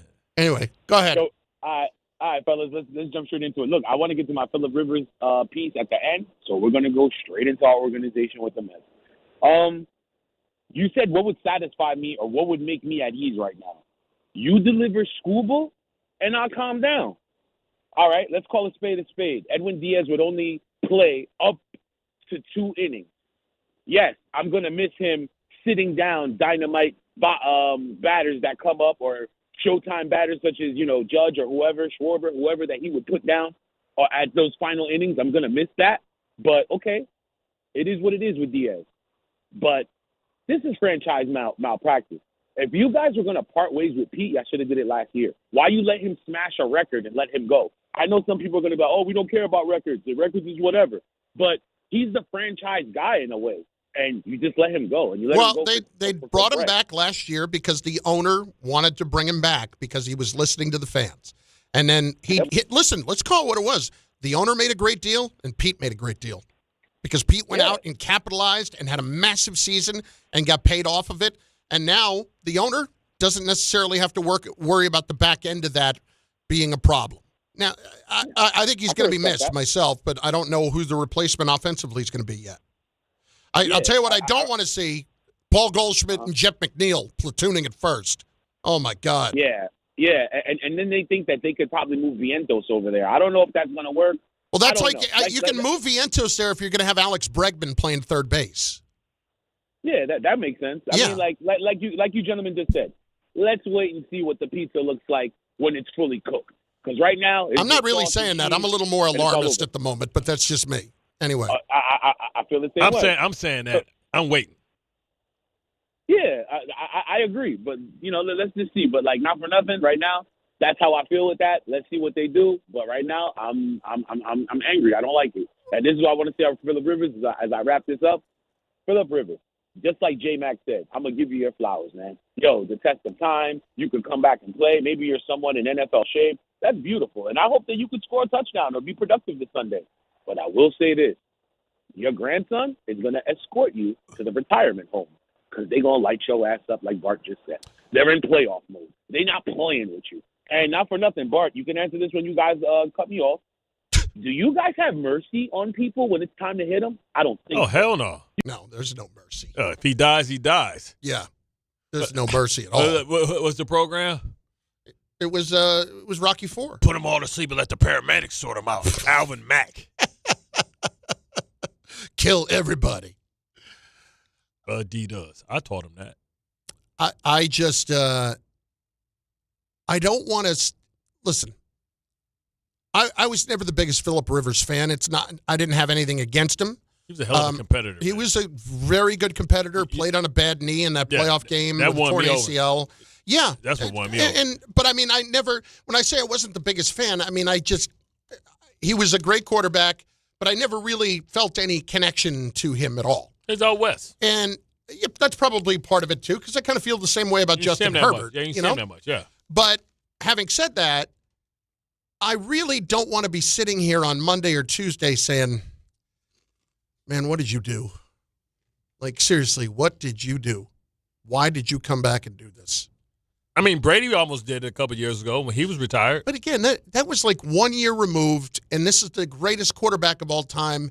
None of us were sitting there thinking if Brady comes back, he's going to die. Jason Witten did it. Some of us are thinking that, and Jason Witten was 1 year, and he wasn't a good broadcaster. Remember Sayal? Yeah. Sayal would just come and get the game plan on Thursday. He was still shooting that TV show. He would come play the games and go back. Yeah. No practice, nothing. I don't want to see Phillip Rivers go out there and get hurt. But what if he doesn't? See, that's the beauty. What if he doesn't? If he doesn't, it'll be an amazing story. It'll be an amazing story. I still don't think they're going to make it to the playoffs. So then what happens? Is he going to stay on the team for next year? You know what I'm saying? That's what I don't get. When you're out, you're out. When you're in, you're in. Like, you don't get out, get all juiced up, get that big fat check, play and say, hey, why not be Joe Flacco next year? Gilberto in Brooklyn is up next on ESPN New York. Gilberto, what's up, baby? What's up, Carlin? Yo, Carlin, man. You truly are. I gotta give it to you again. I gotta give you props for backing up our brother Bart there. Bart, that's your brother from another mother, man. Yeah, man. Carlin, you tied at the umbilical cord, my brother. My point is with the Mets. I don't know why people are getting all discombobulated and bent out of shape when all they got to wait. You got a possible plan to get Arans, the guy that won the batting title the last two, to play first base. You know what I'm saying? There's many second basemen that are up for trade, and teams are willing to trade them. Good second basemen. Well, they already got Simeon. They already made the trade for Marcus Simeon, too. Keep that in mind. Yeah, but to me, I think Simeon, because he played shortstop before, I think he's going to end up doing, jumping from place to place. They need to get a second baseman. What's Lindor doing? Lindor's playing short. I don't think there's no bounce in there. Anyway, go ahead. Anyway, but the outfielders, they got a good chance to get Tatis. As much as the Yankees wanted Tatis, they got a good chance to get Tatis because they got the young pitching and the young players to give to San Diego. So I'm just saying this. Let Stern do his job. Give him the time that he needs. If it doesn't come to fruition, then chop his head off. Talk to you guys later. Yeah, no need to kill the guy first. Let's let him have the trial. This is what's really interesting to me, though. Does Steve Cohen have the patience to let that happen? A month? Well, yeah.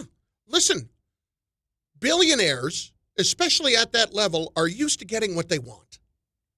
And if you're going to let a guy do his job as he clearly is trying to do, and it doesn't start out well, what is his patience level going to be? It hasn't started well with what this looks like right now. Again, it's right now. But is Steve Cohen going to keep the hands off, so to speak, and just let Stearns do his job? I think he's in his I ear. heard a number that Stearns is making like $13 million a year, and I forgot that. So if I pay you $13 million a year, you think I'm tripping on these players? No, I know you're not tripping on the players, but what I'm saying is, is he just going to let Stearns do what he does? That's crazy. I mean, if he believes in him, of course. That's my thing. Right now, he's believing in him, and he's letting it kind of fall by the wayside, and we'll see where this is. Look, if you get Tariq Skubal, there ain't nothing to talk about. I think it's a lot. It would hurt me because he's my Tigers. Yeah. But even Alcantara, I think you got to be creative. If he wants to be creative, you got to think outside the box, man. Trading could be the best thing because you don't have to worry about being locked into a contract underneath the new scale. You get an old scale joint and figure it out from there. You want Tatis? I like Tatis. Joe Leo, you're a Yankee fan, I like correct? that attitude. I like that juice. You're a Yankee fan, correct? Yes, I am. There's been talk about Tatis with the Yankees. What's your feeling there? If we trade Volpe for him, if he's the starting if he's the starting shortstop, it's going to be Volpe plus, by the way. Well, yes, but if Volpe's a part of that deal and Tatis is the shortstop moving forward, I'm all for it. Mm-hmm. All for it. So I'm just going to point something out, okay? Do with this whatever you will. Tatis' first 3 years in the big leagues, 19, 20, 21. Granted, one of them is a COVID year. But the OPS in each of those years, 969, 937, 975. Suspended PEDs. Yep. And injury for 2022. 23, OPS 770. But then 833 and 814 this past year. Is that good enough? Good enough because I love his defense and how explosive the energy. He bring him and what's our guy that lived down the street from me too. The guy, the hype guy, the black guy. Chaz? Yeah, Chaz. Yeah.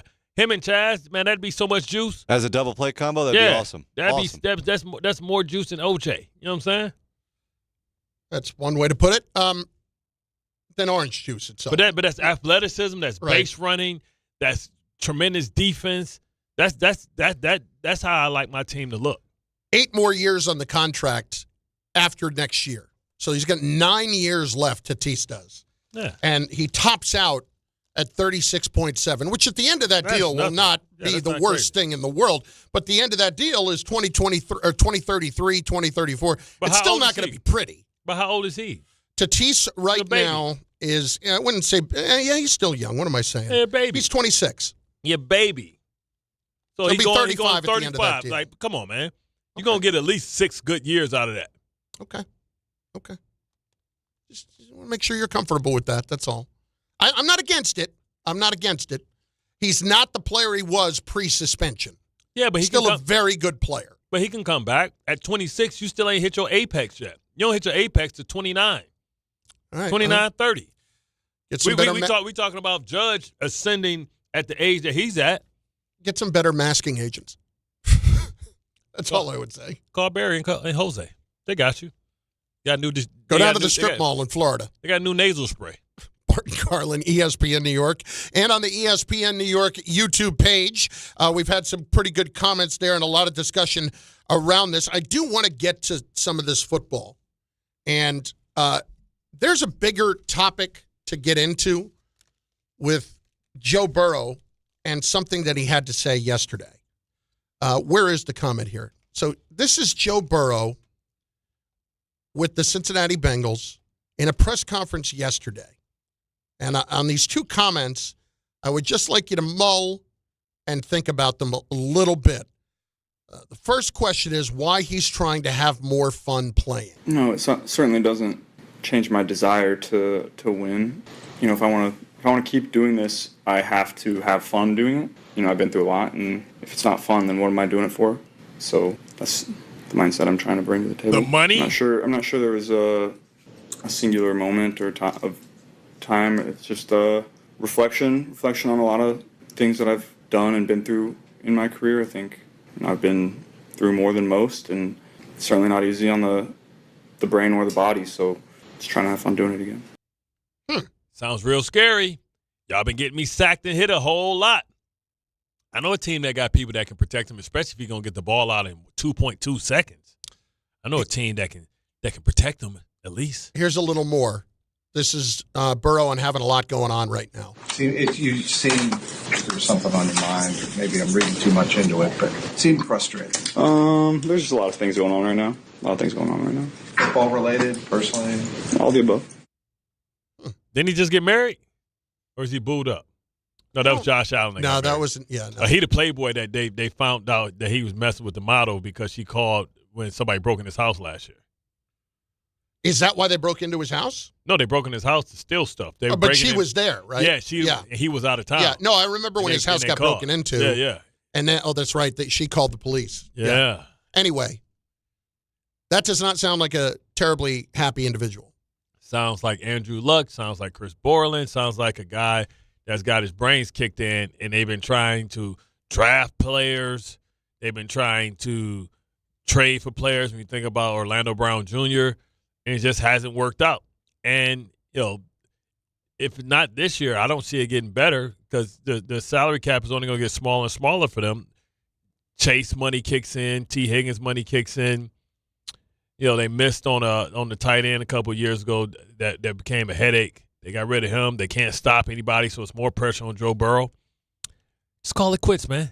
Come on over. Come on over to Gotham City. Besides the Bengals, is there a poorly run organization that has a quarterback? You could say Jacksonville for the last couple of years before they got Liam Cohen. Right. When they were telling But we were still questioning about whether Lawrence was a guy. Yeah, but they were telling free agents not to come. Right. You know what I mean? And he was the quarterback. I'm just going to give you some spots, and you tell me if you feel like they're a poorly run organization. Buffalo. No, they're not a poorly run organization. Right? No. Brandon Beane? Cleveland. Yep. No, it's not Cleveland. I'm looking for guys who have quarterbacks. Oh, okay. And they might, but okay. Arizona, for sure. They have a quarterback. He's a good quarterback. He's just as good. They're trying to get rid of him. Yeah, but that's the organization. Houston? You think Houston's a poorly run organization? They kind of feel middle of the road. They were 2 years ago. Remember they had the whole case came out with the people, the Deshaun Watson fiasco? Yeah. Yep. Easterby? Yeah. But do you think they're still a poorly run organization? They're getting better. Chargers are getting better. Teams that have a quarter, the Cowboys. The Cowboys have a quarterback. Are they poorly run? No. Then is it just they enjoy the drama too much? Jerry enjoys the drama? Exactly. It's just a lot to kind of Would you say Washington is poorly run? They had been under previous ownership. Yeah. But now, I mean, we had 1 year, and it was poorly run because they got their quarterback killed, and they couldn't figure out how to sign a star receiver, so that messed them up. So I'm still not sure if they're not poorly run. Tampa Bay? Nah, they're not poorly run. Detroit has turned the model. They used to, yep. Detroit has turned the model. Here's my point. There are not many, if maybe one or two, organizations that you would say are poorly run that actually have the answer at quarterback. So if that's the case, when Joe Burrow talks about wanting to have fun, can he have fun with the Jets? Can he have fun being on Broadway, wearing his minks everywhere, having people run up to him, people instantly naming him the new king of New York? Yeah, I think he can have a ball here. We'll discuss more. Bart and Carlin, ESPN New York, on the way. Audio files in which you will hear what happened at Michigan. Holy cow. That's next on ESPN New York. I don't like smart people.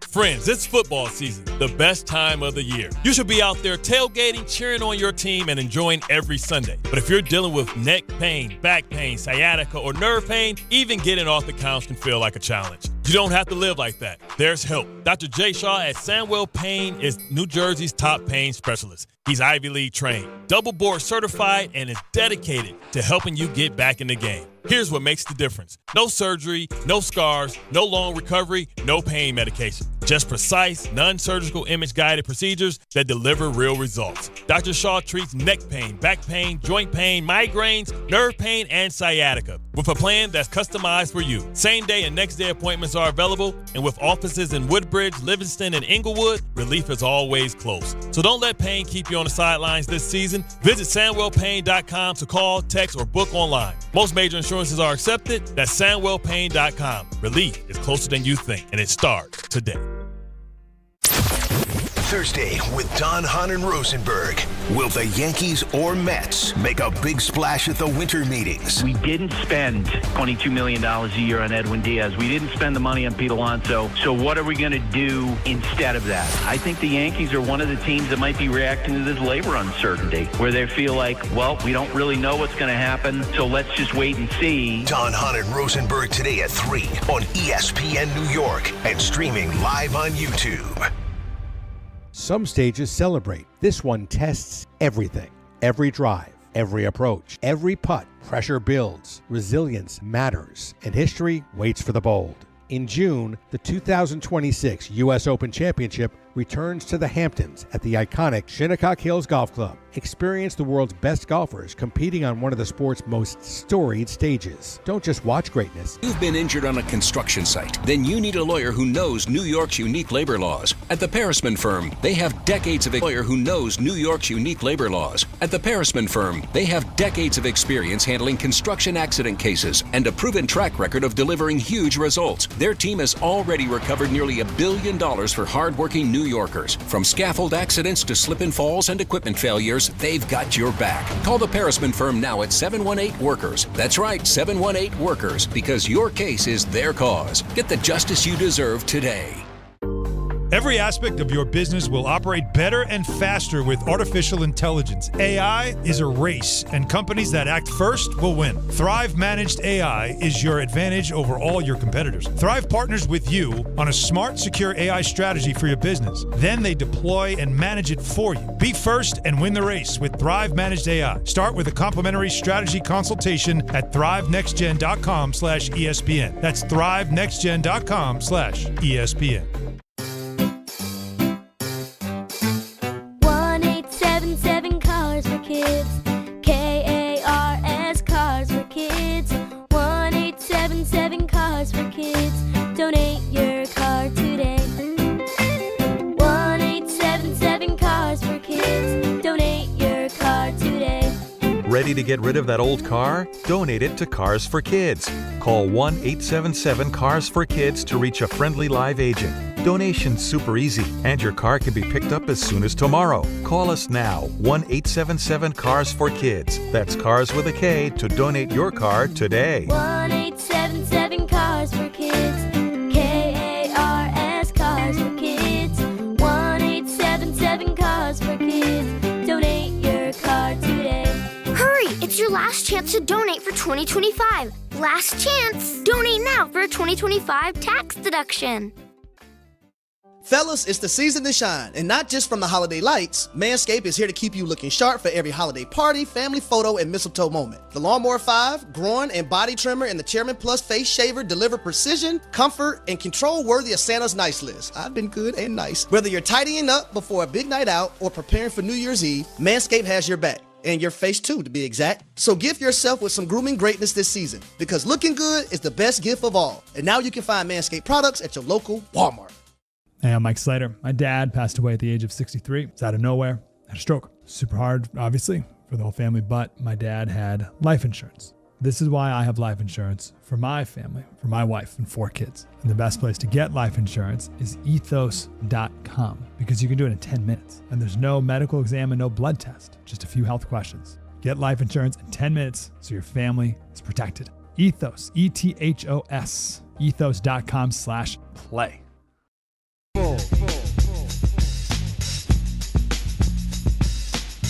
My friends, game time. Brought to you by Tullamore Dew Irish Whiskey, because when it's game time, it's Tully time. 7 o'clock. Islanders hosting the Ducks at UBS Arena. Devils host the Lightning at Prudential Center.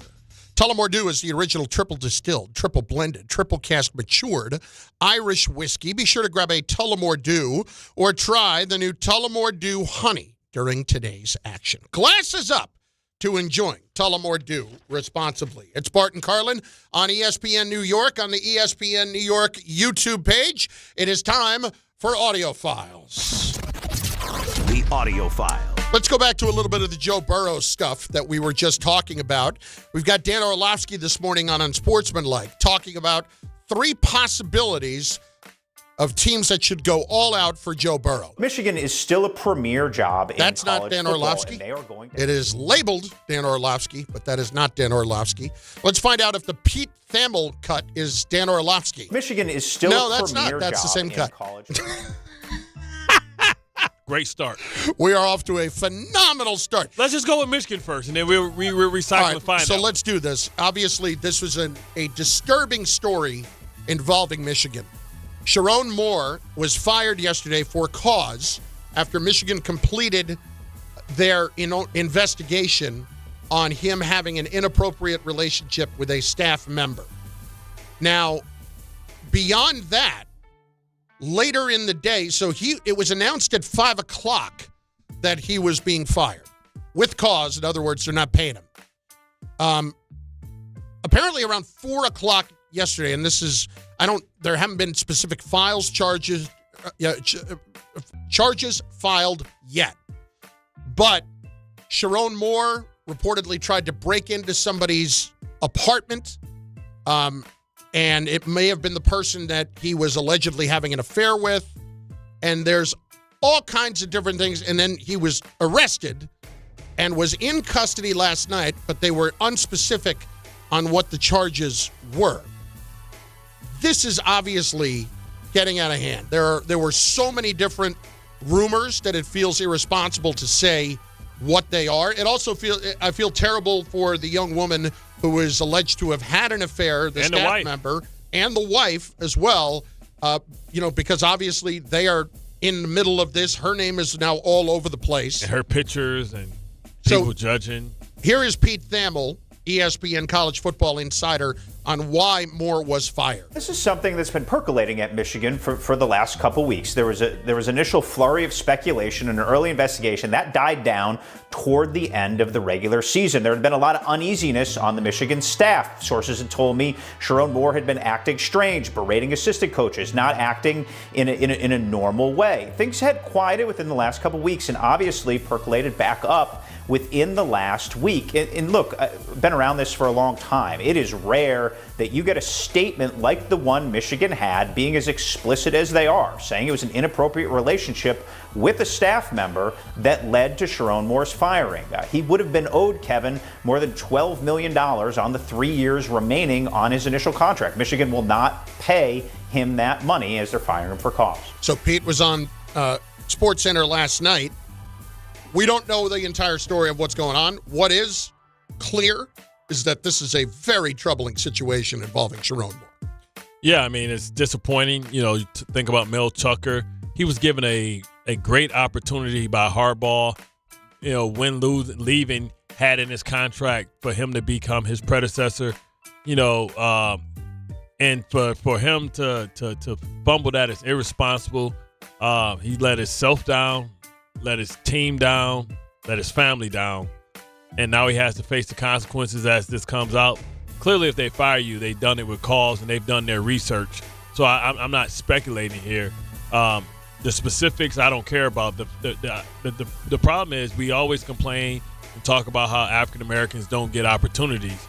These are two examples of guys who've been given great opportunities. Michigan in football may be one of the best jobs in the country.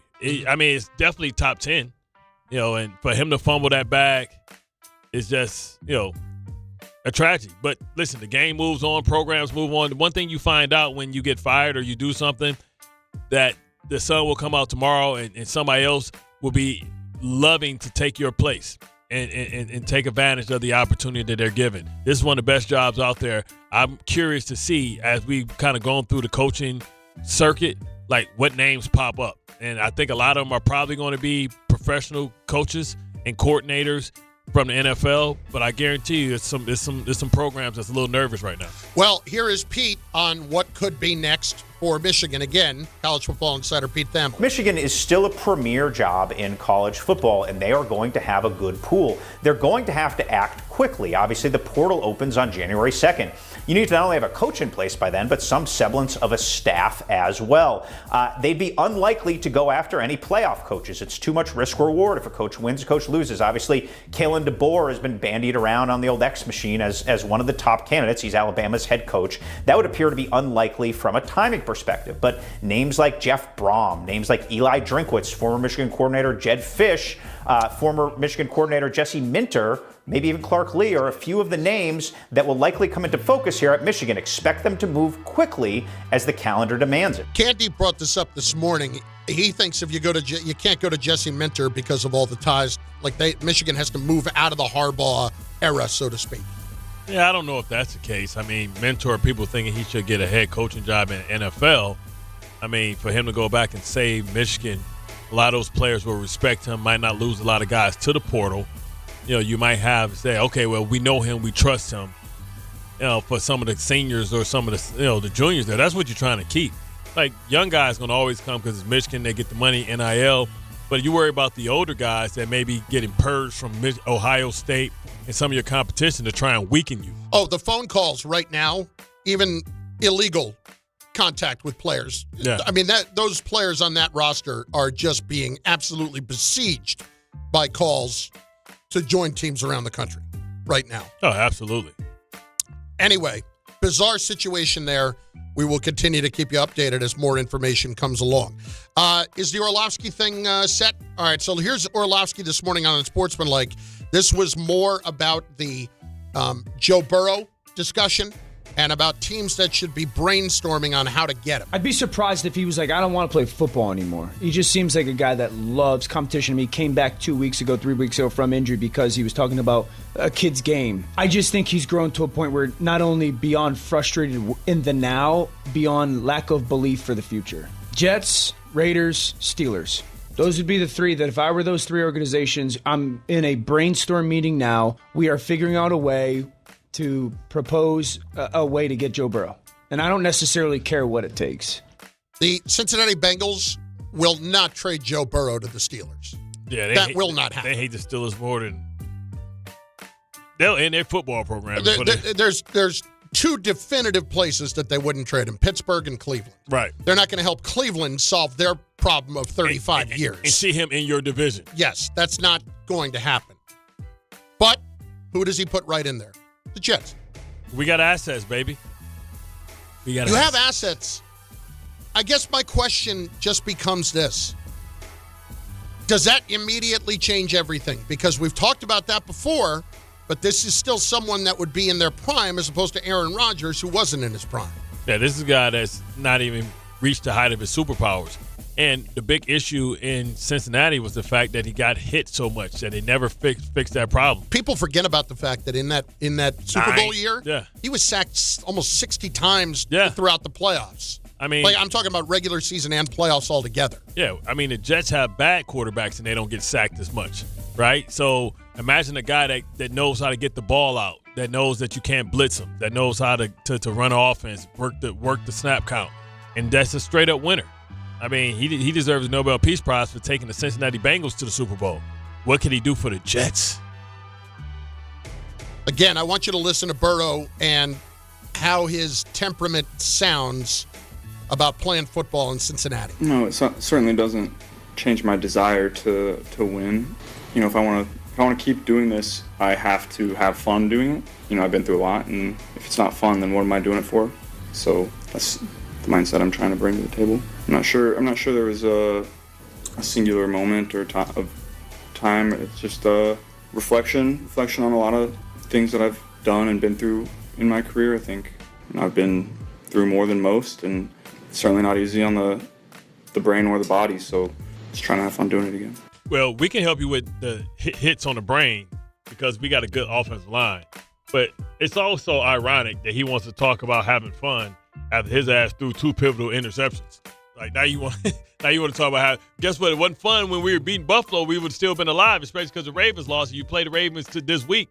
You know, it would have been fun to kind of, you know, get that hard victory. But now that we lost, we're essentially done. Barbecue chicken, finito. And that's all because of you, because we were winning by 10 points in the fourth. And you jacked that up by throwing. You could have threw an interception. Yeah, you had to throw the pick six. Can you grab the guy by the ankle? Can you hold on tight? Is Joe Burrow playing for the Cincinnati Bengals this time next year? They're going to try. I think they're going to do everything to tell him we got a plan. We're going to do this. We're going to do that. We're going to get the defense right. We're going to get the offensive line. And then if they don't, I feel the same way you do. I feel like after the year after, he's done. In 27, that's what I'm saying. Like he got one more chance. That's what I'm saying. So 2027, we got 3 first-round draft picks. So let's just sit there and let's not panic. Let's not go out and get Mendoza. Let's just go back and build our football team and let them 3-3 sit there. Next year, give up two for Joe Burrow. And have at it, baby. Bart and Carlin, ESPN New York, and on the ESPN New York YouTube page. Get your comments in there. We'd like to make some money. We'll do that next on ESPN New York. D'Agostino, Law, Bite Back. I'm injury attorney John Ryan D'Agostino, nicknamed The Closer, continuing D'Agostino and Associates' legacy of helping the injured for over 35 years. My father, John D'Agostino, built this injury firm to help accident victims. This is John D'Agostino, and this is a family firm. For us, it's about doing what's right and making sure somebody pays for your pain. Call us first at 1-800-BITE-BACK. That's 1-800-BITE-BACK. They call me The Closer because big or small, in court or out, I'm fighting to get the job done, to win, to get you every dollar you deserve. D'Agostino and Associates has offices throughout New York and New Jersey and will come to you. I've been there and I'll be there for you. Call us first at 1-800-BITE-BACK. 1-800-BITE-BACK. That's 1-800-248-3222. Discover a driving experience crafted to inspire. At Garden City Mazda, exceptional design and sophisticated performance come together during the Mazda More to Move You sales event. Lease the 2025 Mazda CX-5 for just $229 a month at Garden City Mazda. Hey, it's Michael Kay, talking to you about my friends at PC Richard & Son. They're local, family-owned, and I trust them, and you can too. Right now, save on all holiday gifts for everyone on your list. And with their holiday price guarantee, your price is protected. If the price goes lower from now through December 24th, they will match it. You can't beat it. Plus, you get fast and free delivery. PC Richard & Son, the company you could trust for over 116 years. Free delivery excludes Manhattan.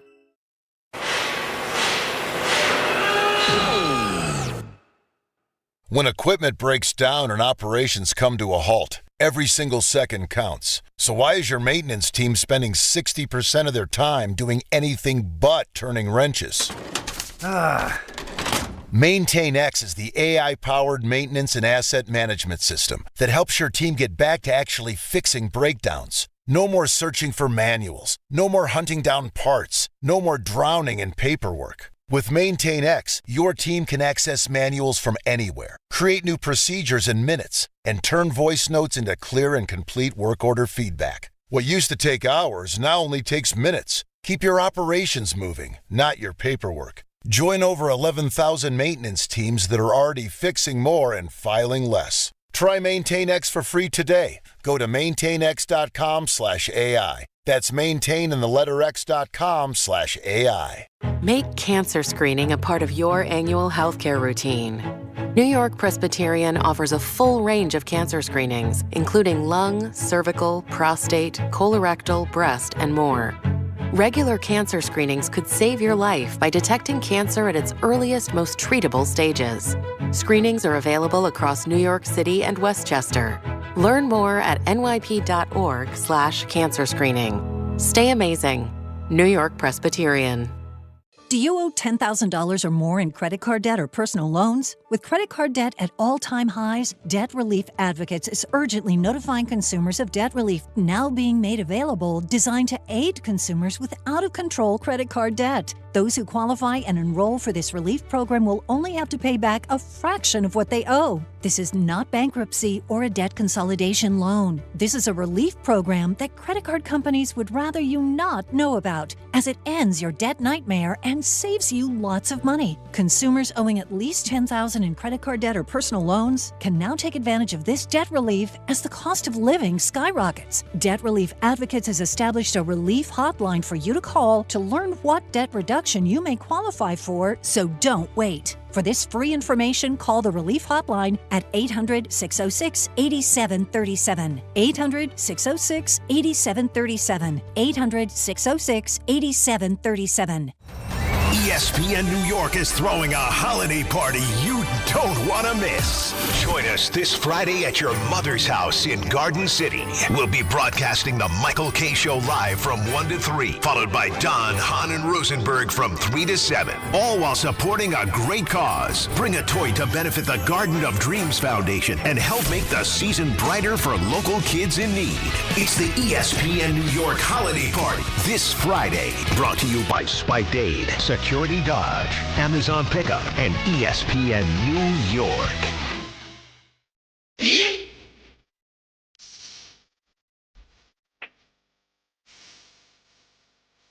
I did not have this in the plans. Bart and I, during the break, watching TikTok videos of an animal rescue where the dogs are picking the people, and they're supposed to the people picking the dogs. Yeah. How bad is your I'm going to cry. Yeah.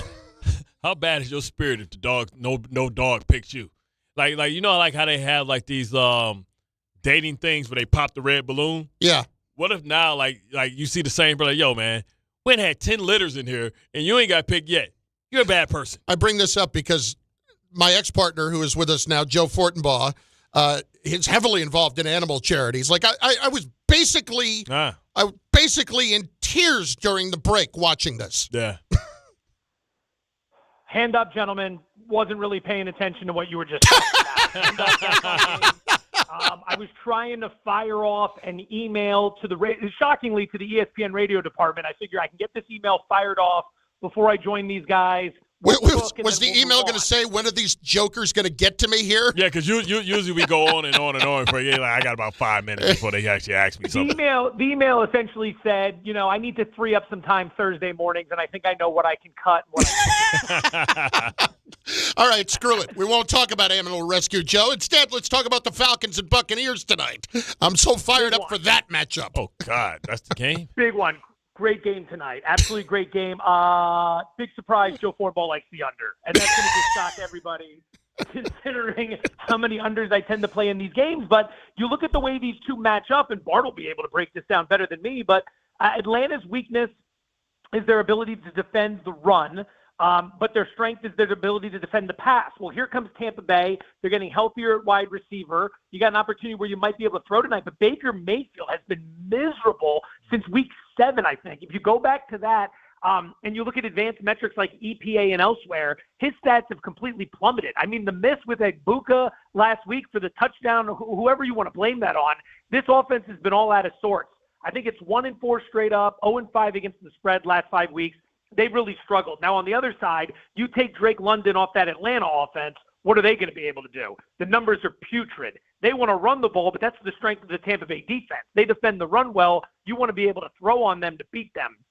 So ultimately, I see both teams, and I'm also concerned a little bit about the field. If you watched 4 days ago on Sunday, the Buccaneers hosted the Saints at Raymond James in that downpour. That thing got torn up pretty good. Mm-hmm. So I'd be looking to under 44.5. I think Mayfield throws an interception tonight. I'm under on the Mike Evans props. I think receiving yards is 40.5. He might be coming back, but I don't think they're going to use him a lot here. You have Egbuka, you have Godwin. On the other side, I think that's pretty much where I landed. There, I got tipped off on a wide receiver from Atlanta, last name Sims. I'm not going to sit here and pretend to break down his whole background. I have no idea. I just know the receiving yardage is right around 20.5 for the prop, and with London out, they're going to need to get the ball to some people, and that's the prop some of the guys I know like. So why not Sims, the guy that we couldn't even – Sills, David Sills. Why the guy that we could not identify if he was sitting in front of us right now eating a sandwich? Yeah, you might not be able to identify him. You might not know anything about him, but bet him. Bet him aggressively. I'm kidding on the last part. It's a prop I like. We're not going to go overboard with it, but that's kind of where we stand for tonight. The weekend is where it gets wild. I've been very selective NFL-wise. Big boy, you know this. You hit me up every Sunday. We've been very selective the last few weeks. I got a very robust card. Is there any game specifically you would like to start with here? Well, it is an excellent card, and this is just kind of a philosophical question I had, and it's just tied to. Okay. Well, sure. Now listen. All right, you know what? If you just want to go into the winners, we can do that. But I do the bigger stories. Like I just wonder, like how people are going to start to look at Shedeur Sanders props. That just based on him being one of the bigger stories in the league right now, and how they're going to start treating him after he had a big game last week. Yeah, that's a good question. I do like the Browns this week plus the 7.5, and I'll try to kind of answer your question in a roundabout way while also handicapping this. Number one, there's 5 or 6 games that are going to have weather concerns this weekend. The Philadelphia game, the Giants game, the Patriots game, the Chicago game is going to be very, very cold with some wind. So make sure you're paying attention to all that stuff because that can really kill a passing game if you have high winds, like we should have in Chicago. So you're catching 7.5 points in a game where the total's only 38.5. Think about that. Like, as an underdog, if you're getting 7.5 in a game where the total's 58, that's not worth nearly as much as it is right here. Here's the problem for Cleveland, and I like Cleveland in the game. The offensive line's really banged up. You could be without 2 starters. And if Shedeur's on the road with a banged-up offensive line, young quarterback, that could spell doom. But on the other side, the Bears are banged up in the secondary. Cleveland's defense, despite the fact that it got torn up last week, tends to be pretty good. I don't think the Bears are going to be able to do a whole lot of throwing in this game, so I think it's going to be a bit of a rock fight. For the Shedeur props, I would imagine going over is going to be risky just because of the weather. Now, to answer your question, if we were in a dome this week, we'd start to look at some of these props as he blows up, and we'd probably think about going the other way. Maybe the books inflate the lines. We find value going the other way. But ultimately, because of the weather, I'm not expecting a lot of offense here. I do like the Browns plus the 7.5. I've got about 10 questions. I just have to go to the – I want to go to the real one. You know what we want to know. We want to talk – I want to know what's the prop bet for Phillip Rivers to throw over 100 yards. Fantastic question right there. I knew we were going to get to it at some point. This is it's sweeping the nation, how absurd this is. Now Cam Newton's out there publicly wondering why he didn't get the phone call. This is great. Like every which way we can talk about a 14-point underdog, we have to do it. We have to do it, and that's where we are right now.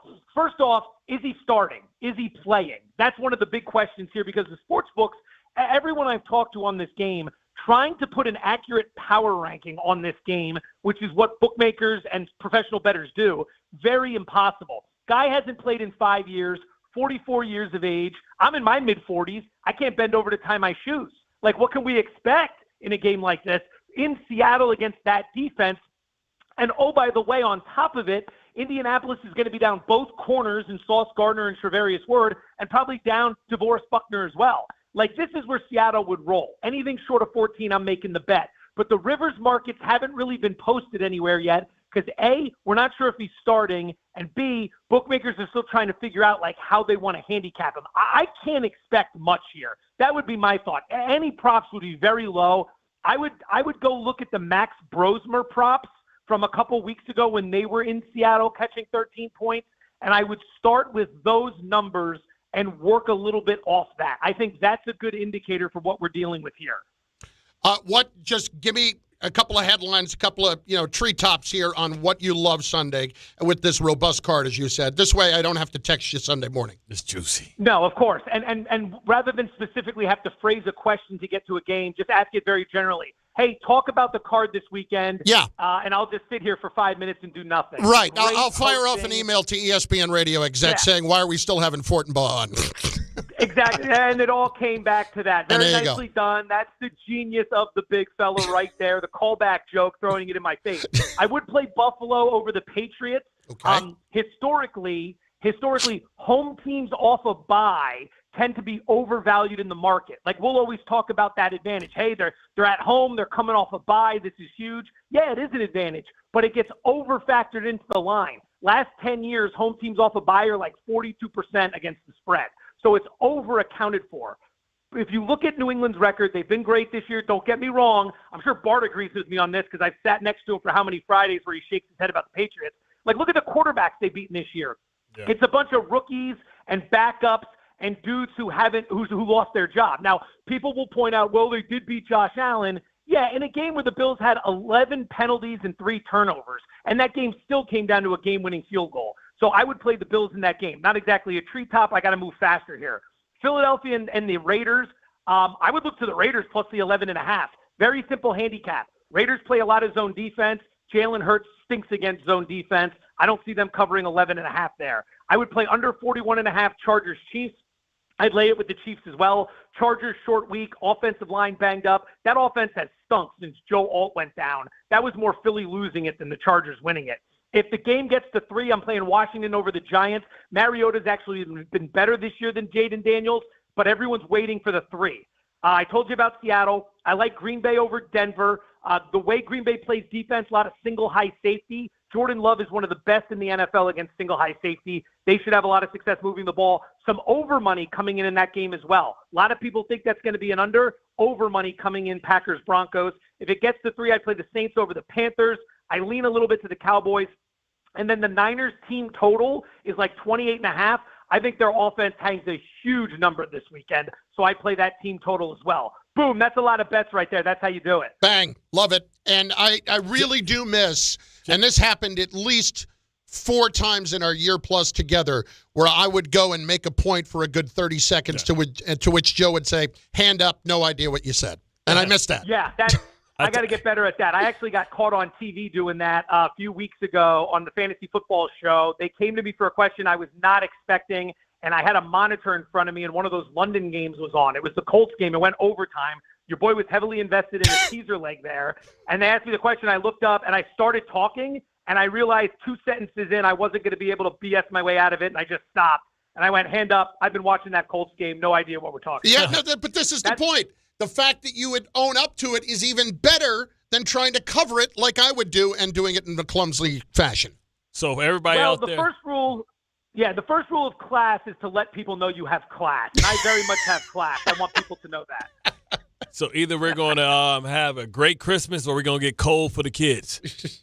Oh, we're having a great Christmas. I need optimism out of you, buddy. I'm going to see you tomorrow. I need a lot of optimism. I need big feelings from everybody. We can't be sitting here talking about Cole. We're coming in with positive vibes. This is going to be a great weekend. Okay, let's talk Mets baseball. We'll see you, Joe. Thanks.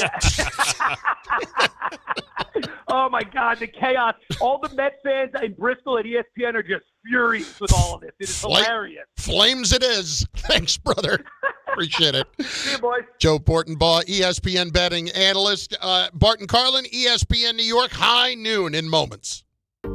Every aspect of your business will operate better and faster with artificial intelligence. AI is a race, and companies that act first will win. Thrive Managed AI is your advantage over all your competitors. Thrive partners with you on a smart, secure AI strategy for your business. Then they deploy and manage it for you. Be first and win the race with Thrive Managed AI. Start with a complimentary strategy consultation at thrivenextgen.com/ESPN. That's thrivenextgen.com/ESPN.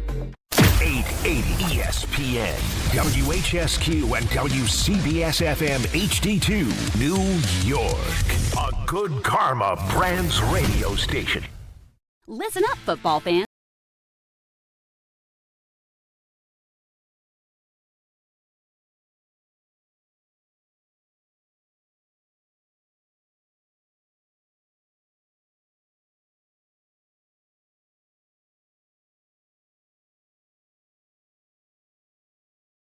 Ordinary at Bet365. Gambling problem? Call 1-800-GAMBLER. 21 plus only. Must be physically located in New Jersey. TNCs apply. In-app only. The holidays are here, and Amazon Pickup is your MVP of package pickup. Need that perfect gift like a brand new jersey for the big game? With Amazon Pickup, you can grab your order from secure Amazon lockers or counters near you on your schedule at no extra cost. It's fast, it's easy, and it keeps your holiday surprises tucked safely away. So whether you're running from work or heading to the holiday party, Amazon Pickup makes holiday shopping worry-free. Find your nearest Amazon Pickup location at amazon.com/pickupmvp. That's amazon.com/pickupmvp. If you've been injured in an accident that wasn't your fault, then you need a lawyer who knows New York's unique personal injury and workers' compensation laws. At the Parisman Firm, they have decades of experience handling all types of accident cases and a proven track record of delivering huge results. Their team has already recovered nearly $1 billion for injured New Yorkers. From construction to car accidents and slips and falls, they've got you covered. Call the Parisman Firm now at 718-WORKERS, where your case is their cause. Get the justice you deserve today. New York Lottery's holiday scratch-off games are the perfect gift for everyone on your list. Like me, your Aunt Jules. I told you I didn't need a gift this year, but I secretly really want one. Or me, your neighbor Frank. I hope you didn't forget I'm coming to your holiday party tonight. Or me. Why does no one ever think of the voiceover guy? Anyway, New York Lottery's holiday scratch-off games have more winners and top prizes up to $5,000. Please play responsibly. Must be 18 plus. Gambling problem? Call 1-877-HOPE-NY or text HOPE-NY. Hey, it's Alan Hahn. Let me tell you about my friends at Bath Fitter. They remodeled the bath by my pool. They converted a tub into a shower. The result is amazing. Bath Fitter offers all types of custom bath renovations, including their unique PermaFit solution for a watertight fit. It's done in one day, easy to clean, and durable with no demo or mess, and it costs less than a standard replacement. Plus, a lifetime guarantee. Right now, you get no money down, no payments or interest until 2027. So start designing your bath today at bathfitter.com. There's only one Bath Fitter. Hey, fans! Welcome back to Fansville's Cheers and Tears. Oh. Okay, so like everybody deals with losing, right? To a rival on a last-second field goal. Whatever, it's fine. I'm totally fine. But I cope with losing with an ice-cold Dr. Pepper. Those 23 flavors are like so delicious. They totally wash away the pain of your college football team taking a big fat L. College football, it's a pepper thing. Too much on your list this season? Get 50% off your first 6 months of payroll at gusto.com/radio. Gusto saves you 2 days every month on payroll, taxes, and compliance. So you can go from making payroll to making gingerbread houses, checking your books to decking the halls, spreadsheets to snow angels. Switch before the end of the year and there's no need to transfer payroll history. Now that's a reason to be merry. Choose a future with Gusto and get more time for what matters. For a limited time, get 50% off your first 6 months at gusto.com/radio. Bart Scott. What the hell? Chris Carlin. Take a hike. We're good. This is Bart and Carlin. Buckle your chin strap. We about to bang. On ESPN New York and streaming live on YouTube. That's where you should be watching the show right now. It is noon on Bart and Carlin, ESPN New York, and on the ESPN New York app. He is Bartholomew Anthony Scott. And this being noon, what does that mean? It's the power hour, hour, hour, hour, hour, hour, hour, hour, hour, hour, hour, hour, hour, hour, hour, hour. You look strained at the end. Yeah, because I was going high octave. The owl was extra gargly today. Ow! Yeah. A little more gravel in there today. Yeah. You know what I'm saying? A little more gravel in there today Like for DMX. sure. Where my dog's at? I'm right here, dog. All right, let's go to high noon. It's high noon. My name is Sam Chisholm. I'm a duly sworn Sam Chisholm. officer of the Yeah, Court baby, I Wichita like it. County. You took us 10, 13 weeks. We finally got it on call, though. High noon, of course, 3 topics that we will, in theory, disagree on. We'll find out if that actually is true or not. Or, if Bart changes his answer from this morning, we'll see. We're just going to all let it fly. I don't remember what I said this morning. Well, we're about to find out. Let's get to it. Round 1, fight. What is the Mets' priority now? Got to get a bat. Got to get some flexibility. Somebody to replace all those runs and RBIs that we got from Pete Alonso. I think we got to go out there. We got to get us some Tucker or some Brickman to replace that output offensively. See, for me, this is pretty easy. Like, the fact that you have lost who you have lost does not mean I have to overreact to those positions. And I already had Devin Williams in place. I'm sticking to what my plan was. And my plan was to go and get starting pitching. So I need to go and get really high-end starting pitching, at least one, if that's Valdez, if that's Tariq Skubal to make a trade for and then pay. That's what I'm going to do. Because that will ultimately make a much bigger difference. The Mets need a couple of starting pitchers so that they are not one of these teams that is running their bullpen into the ground last year. 3rd most bullpen innings in baseball. Well, what about the young boys? We got the young boys coming up. Tong. We're going to ask all these young guys to make this difference right now. I think that's asking a lot. Ain't that what we asked them last year when we were trying to make that run? Down the stretch of the season, that's because they didn't have a choice. They can't be in the position of not having a choice again. That's a problem. But shut up, Slitler. Look at Joe Leo jumping. Yeah, Slitler. There we go. Hey, you got your ass sent home, too. They're cheating. They're stealing signs. Home run. We made the playoffs. Home run. Because that's what the goal is for the Yankees now, to make the playoffs. Let's win set the bar. Let's win one series and then get our ass kicked. Let's get those 93 wins. We'll go from there. Look, I'm just telling you what the organization's telling us. Exactly. And then you just never know what can happen in the playoffs. Round 2, fight. Is it possible to overpay for Joe Burrow? This is in relation to the Jets. Mm-hmm. Is it possible to overpay in terms of what you would give up for a trade for Joe Burrow? Hell yeah. Don't be no dummy. Don't give up no 5 first-round draft picks for Joe Burrow. That'd be malpractice. Because you got a lot more. First of all, he going to eat up all that $207,000 that you think you're going to have. He going to eat some of that up. And you got other people you need to address. Yeah, man, I still need to be able to get some young, cheap talent. And I'm going to do that with my second-round draft picks and my first-round draft picks. I give you 3. Maybe. I get 3 in the possible. I give you 3 in the pass rush. You're going to need a pass rush because you'll lose Trey Henderson, right? All right. It's been real, McDonald. No, it's been real, Jermaine. Go ahead and take him. Who was the Jets' last real quarterback? Vinny Testaverde. And that was a season that I think we could both agree was seemingly out of nowhere. You never expected him to have that kind of a year as he did when he took him to the AFC Championship game. Is that fair? Fair enough. I don't think they can overpay. Okay. I don't think it's possible. And I guess I would ask this question. Knowing what you know right now, would you have traded Quinnen Williams and Sauce Gardner for Joe Burrow, independent of anything else? That's a lot. Yeah. Would you have done it? Yeah. I would have too. So that's why I don't know that it's possible to overpay. But if it actually cost me 4 first-round picks, 4? I might do it. Well, 4 ain't 5. I'm saying there's no way I'm paying 5. But I'm saying that if I'm the Cincinnati Bengals, if I'm going to try to justify to my fan base trading away the quarterback that took us to a Super Bowl, I have to get a ridiculous return. And that would be a ridiculous return.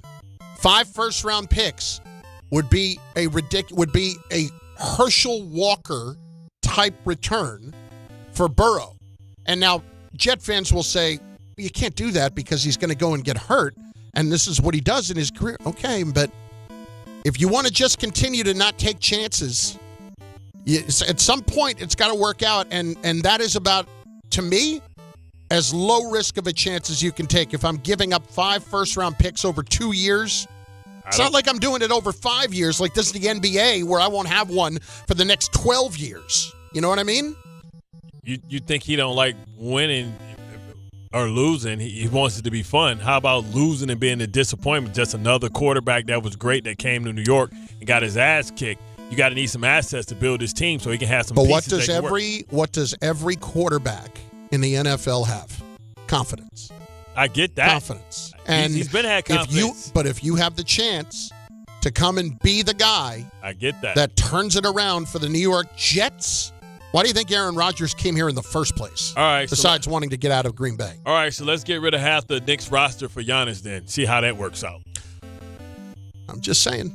Little different. When you switch it to that foosball, that basketball, not that foosball, they're going to be laughing at you, man. Don't be one of these things like the Jets got again. Then he mess around and on that good old Jets turf. I tell you what, y'all sign him. Y'all better tell. I don't care what the Giants say. We putting grass in, brother.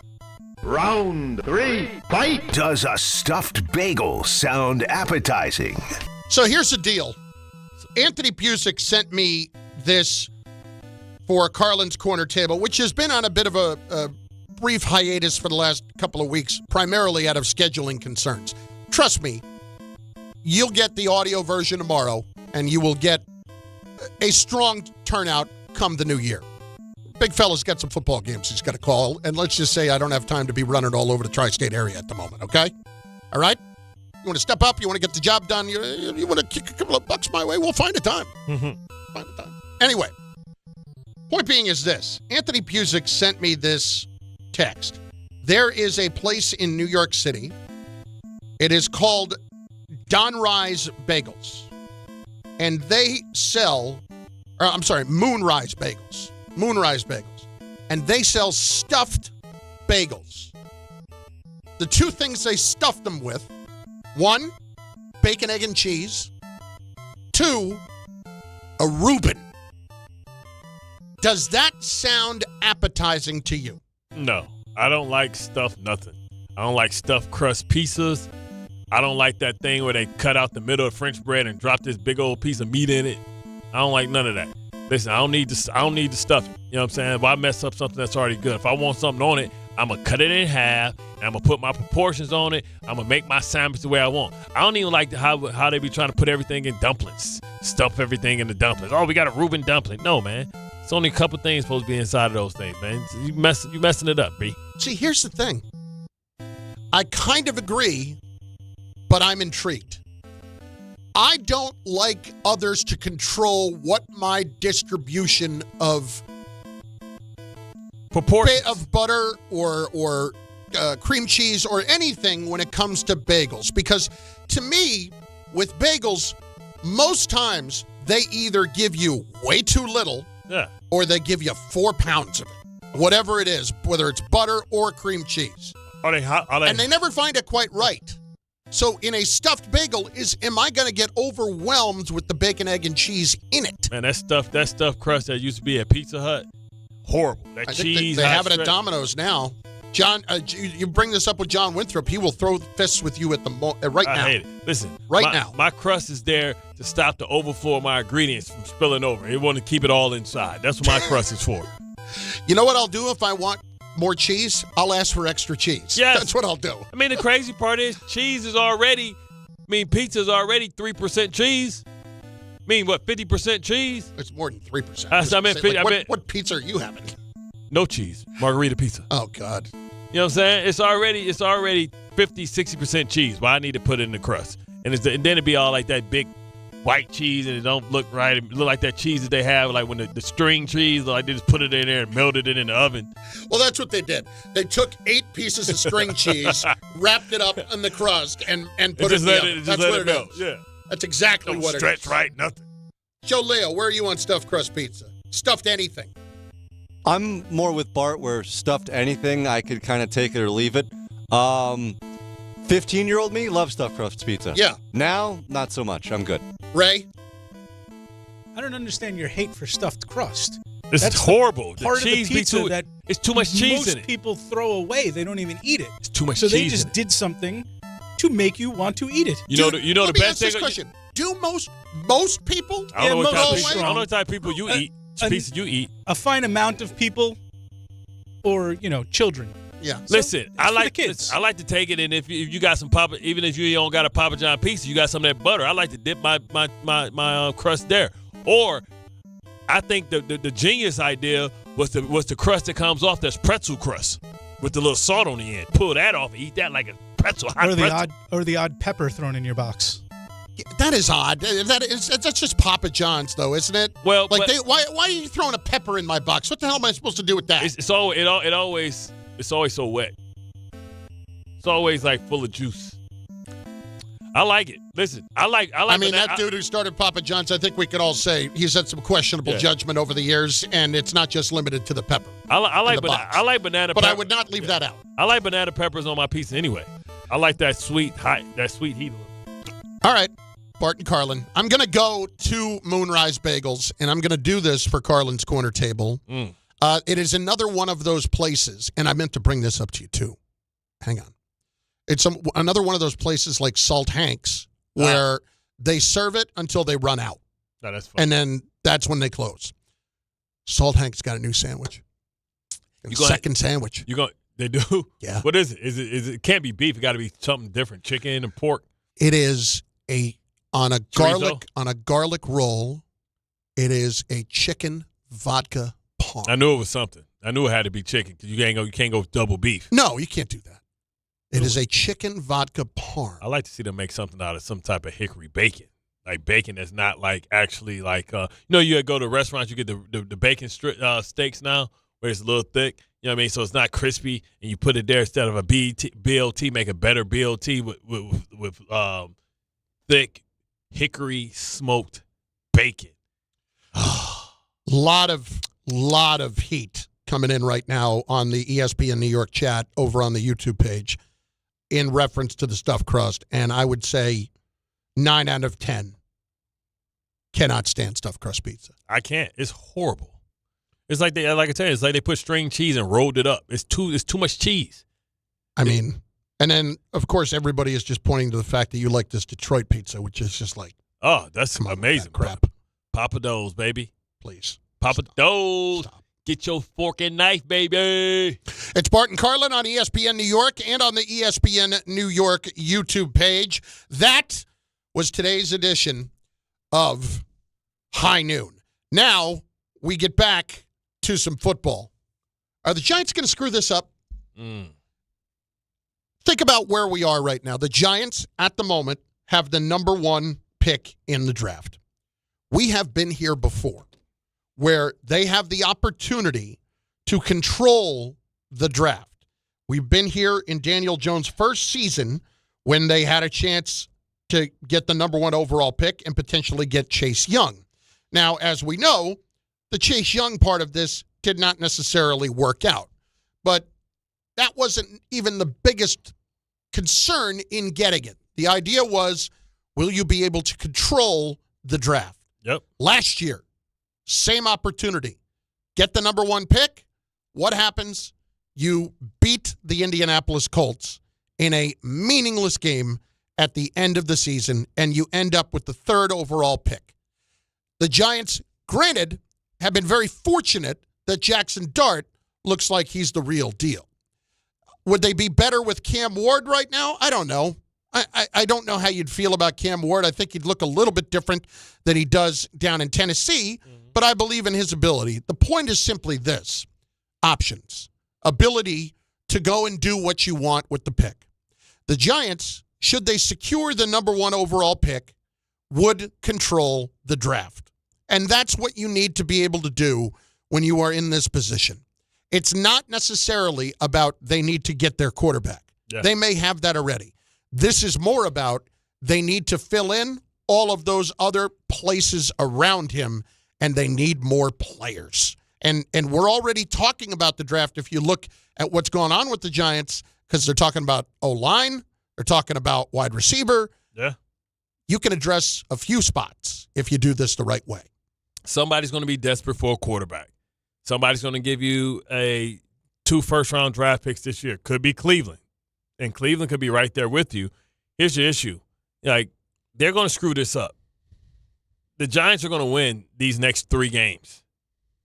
And when you think about, Kafka's trying to show, look how we won our way out.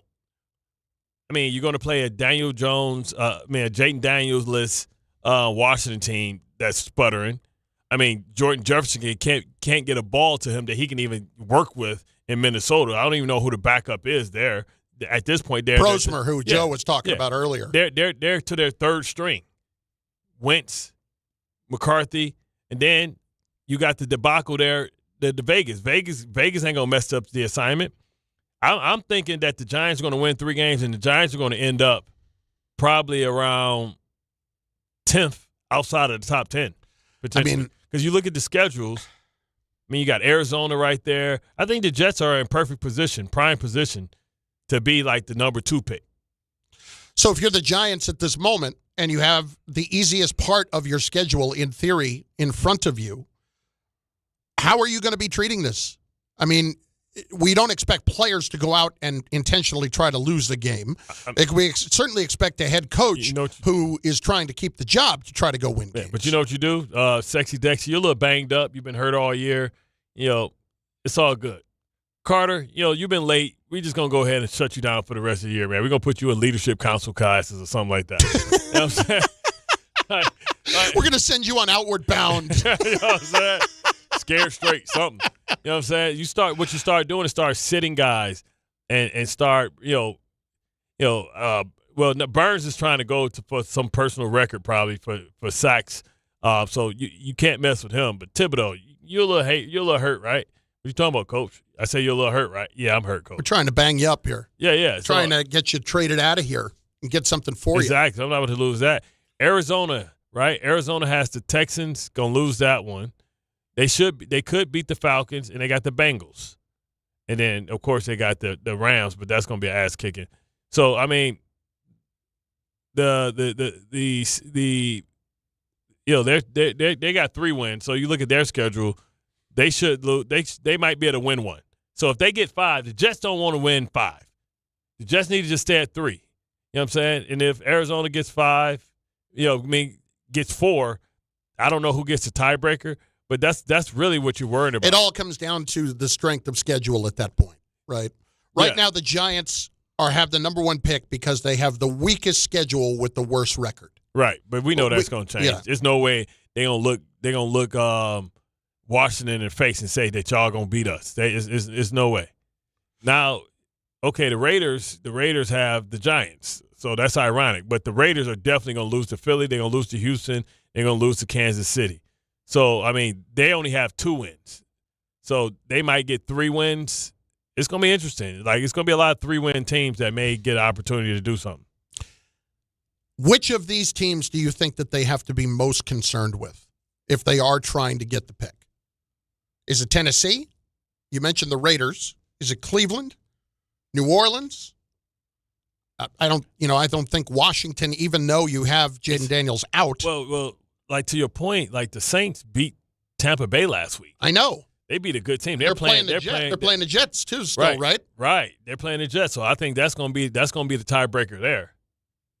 The Jets lose to them. I think the Jets solidifies top 3. Tennessee's interesting, right? Because they won last week. Mm-hmm. But Tennessee's interesting as well because they don't need a quarterback, but they can be saying the same thing.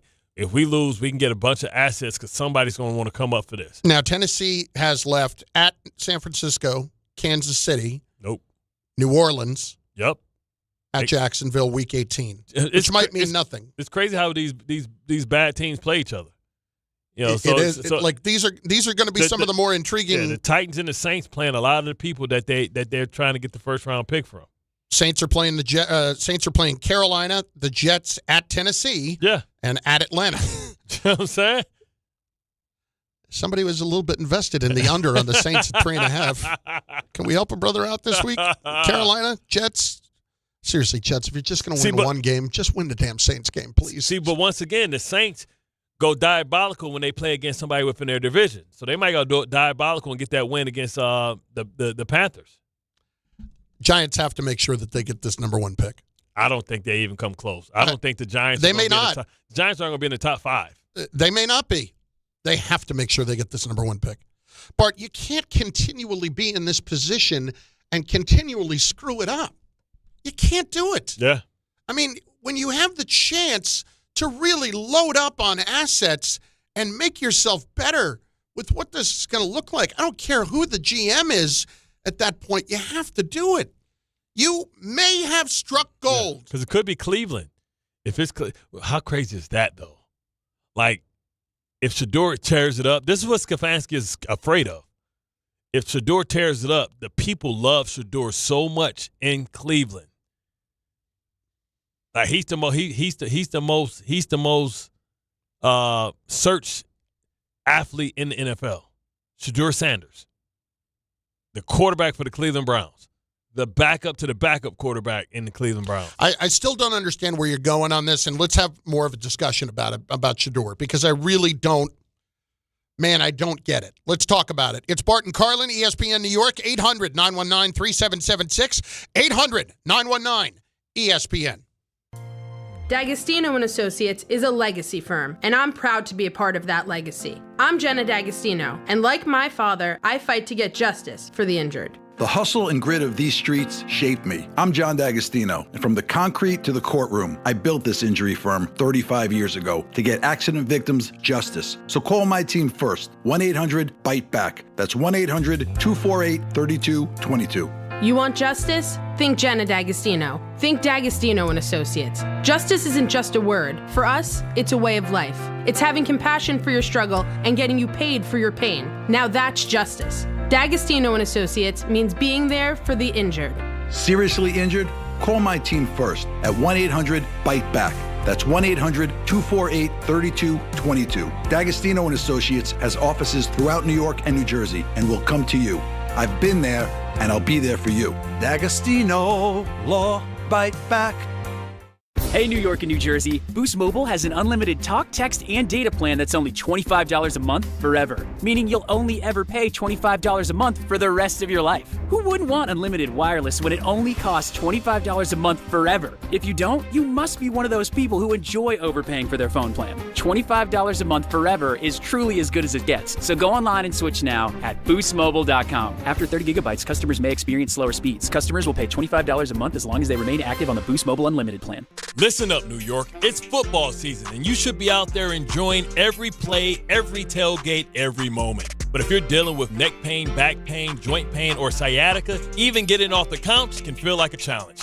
That's where Dr. Jay Shaw at Sandwell Pain comes in. He's one of New Jersey's top pain specialists, Ivy League trained, double board certified, and dedicated to getting you back in the game. Here's the difference. No surgery, no scars, no long recovery, no pain medication. Just precise, non-surgical, image-guided procedures that get real results. Dr. Shaw treats everything from neck pain, back pain, migraines, nerve pain, and chronic joint pain. And he builds a custom game plan that's right for you. Same day or next day appointments are available with offices in Woodbridge, Livingston, and Inglewood. And yes, most major insurances are accepted. So don't let pain keep you on the sidelines this season. Go to SandwellPain.com to call, text, or book online. Relief is closer than you think, and it starts today. 1-877 Cars for Kids. KARS Cars for Kids. 1-877 Cars for Kids. Donate your car today. 1-877 Cars for Kids. Donate your car today. Ready to get rid of that old car? Donate it to Cars for Kids. Call 1-877-CARS-FOR-KIDS to reach a friendly live agent. Donation's super easy, and your car can be picked up as soon as tomorrow. Call us now, 1-877-CARS-FOR-KIDS. That's Cars with a K to donate your car today. 1-877 Cars for Kids. KARS Cars for Kids. 1-877 Cars for Kids. Donate your car today. Hurry! It's your your last chance to donate for 2025. Last chance. Donate now for a 2025 tax deduction. At Uline, they know firsthand the road to success is an uphill climb. Uline started in the family basement, and through hard work is now North America's most trusted shipping and industrial supplier. They get what it means to have the support of reliable, hard-working partners. So they keep 41,000 items ready to ship. Whether your company is still in a basement office or expanding cross-country, Uline will be there on your road to success. Visit uline.com. The post-career day press conference, brought to you by Progressive. Anthony, can you tell us what happened during career day? I'm a biomedical researcher.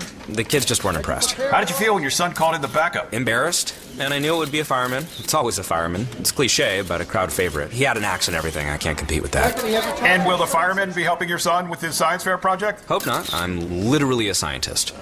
Like it or not, sometimes you need a backup. That's why there's Progressive to protect your home and auto. Progressive Casualty Insurance Company affiliates and other insurers. Not available in all states or situations. At AT&T, we guarantee our network so you can talk college football with your BFF while taking Buster to the vet.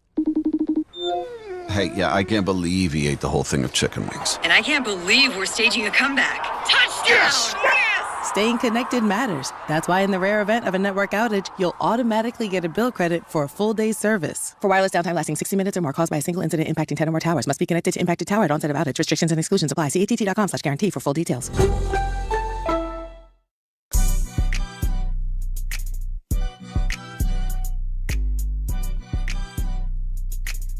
He's a fan, he's a fan, he's a fan. He's a certified fan. Say, Drake, I hate you like a young. But they ever go to Cell Block 1. That's what I'm saying, man. It's a Super Bowl halftime show. How can he not be a bigger troll? Because he was just doing it. He did it in front of a big audience. Who you think you seen more? The Super Bowl? No, you're right. There more people seen the Super Bowl. Yeah. But more people going to see this documentary. You only watch the Super Bowl once. People going to watch this documentary 2-3 times, tell their friends to watch it. This documentary going to be on Netflix for the iteration of Netflix. They try to get Netflix to take it off. He's like, nope. It's our best hit. Yeah, 50 did research. He went and did a media blitz about the documentary. You know what? Sure it was on ABC. Here's what I haven't seen: 50 without a smile on his face in weeks. He like, and sent me flowers. And and the thing is, Puffy can't beat him in a fight. So ain't nothing worse than somebody doing something to you can't beat him in a fight. ESPN New York holiday party is almost here. What's a great tie-in right there. Mm-hmm. Both the Michael K. Show, Don, Hahn, and Rosenberg are bringing the holiday cheer at your mother's house in Garden City Park, Long Island. That's tomorrow, December 12th. We're once again collecting unwrapped toy donations this year to benefit the Garden of Dreams Foundation. It all kicks off at 1 o'clock tomorrow, December the 12th, at your mother's house. For more information and to purchase VIP access, check out the ESPN New York app. It's brought to you by Amazon Pickup, Security Dodge, and Spiked Aid, made for big city social stamina. It feels so much better in here. I can't believe y'all played me like that, man. I didn't do anything with the temperature. I got a Scully on, a hoodie on, and somebody had the air on to 65. I didn't touch it today. 65. See? You could probably see my nipples through my shirt if you tried. Yeah, man. I told you it's cold enough, but I didn't do it.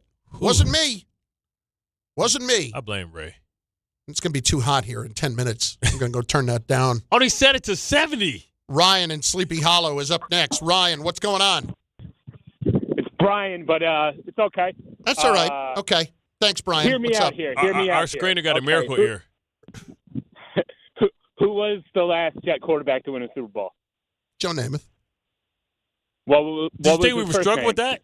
Okay, Joe. I get it. They're both named Joe. That must be it. Oh, okay. Did he wear? Was he flamboyant? Did he wear like fur coats and stuff? Yes, that must be the difference. Aha. All right. So you need a flamboyant. What I'm proposing is, supposedly Namath, made a pact with the devil for us to win. I think so. So maybe we have some sort of we get Joe here. We have some sort of eyes wide shut type ceremony. Maybe. Yeah. Maybe the old Joe gets sacrificed to the devil, and maybe I'll do that for a championship. Yeah, this the Omen. I'm glad you'll do it. I don't know if Joe will do it. What is it? What is this? The Omen? He's Damien. Yeah.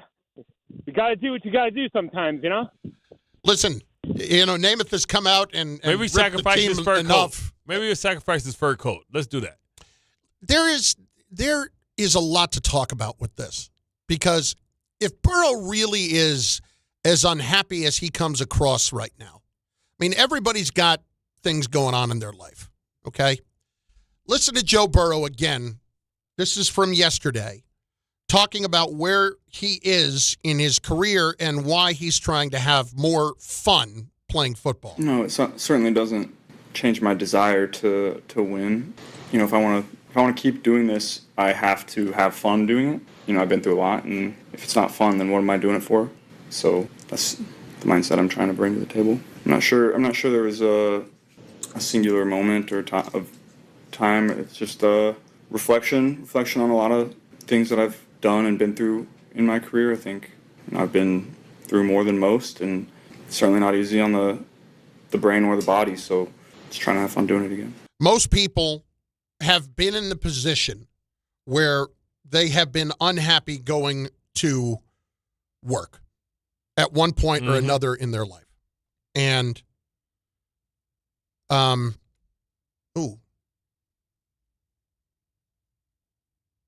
just going to share this real quick. It's Adam Schefter just put this out within the last minute or two. Steelers outside linebacker T.J. Watt is at the hospital undergoing medical evaluation of his lung. Oh, wow. T.J. Watt is currently in a local hospital. This is from the Steelers.